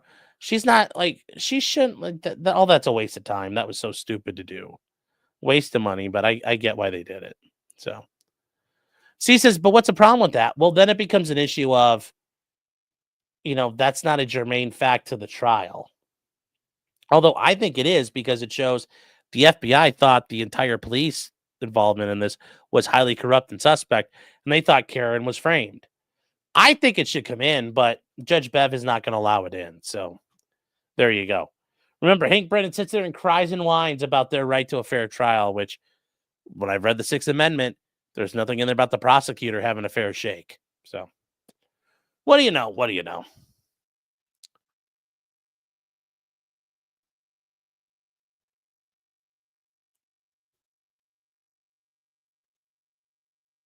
So let me see here. I'm caught up.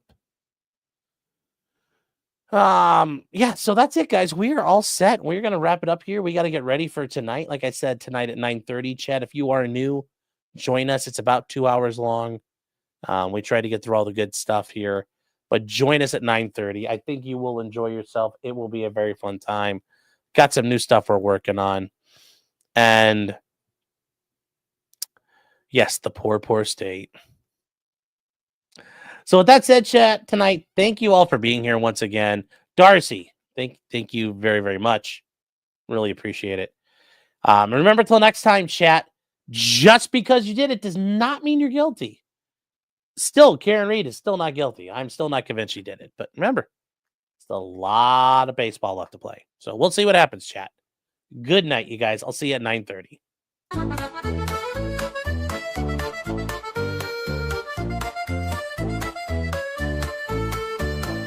Weapons, blacksmithing, and models of planes, esoteric works, and even some trains. Much merriment had while drinking White Claws, tips on hunting, and even talking the law.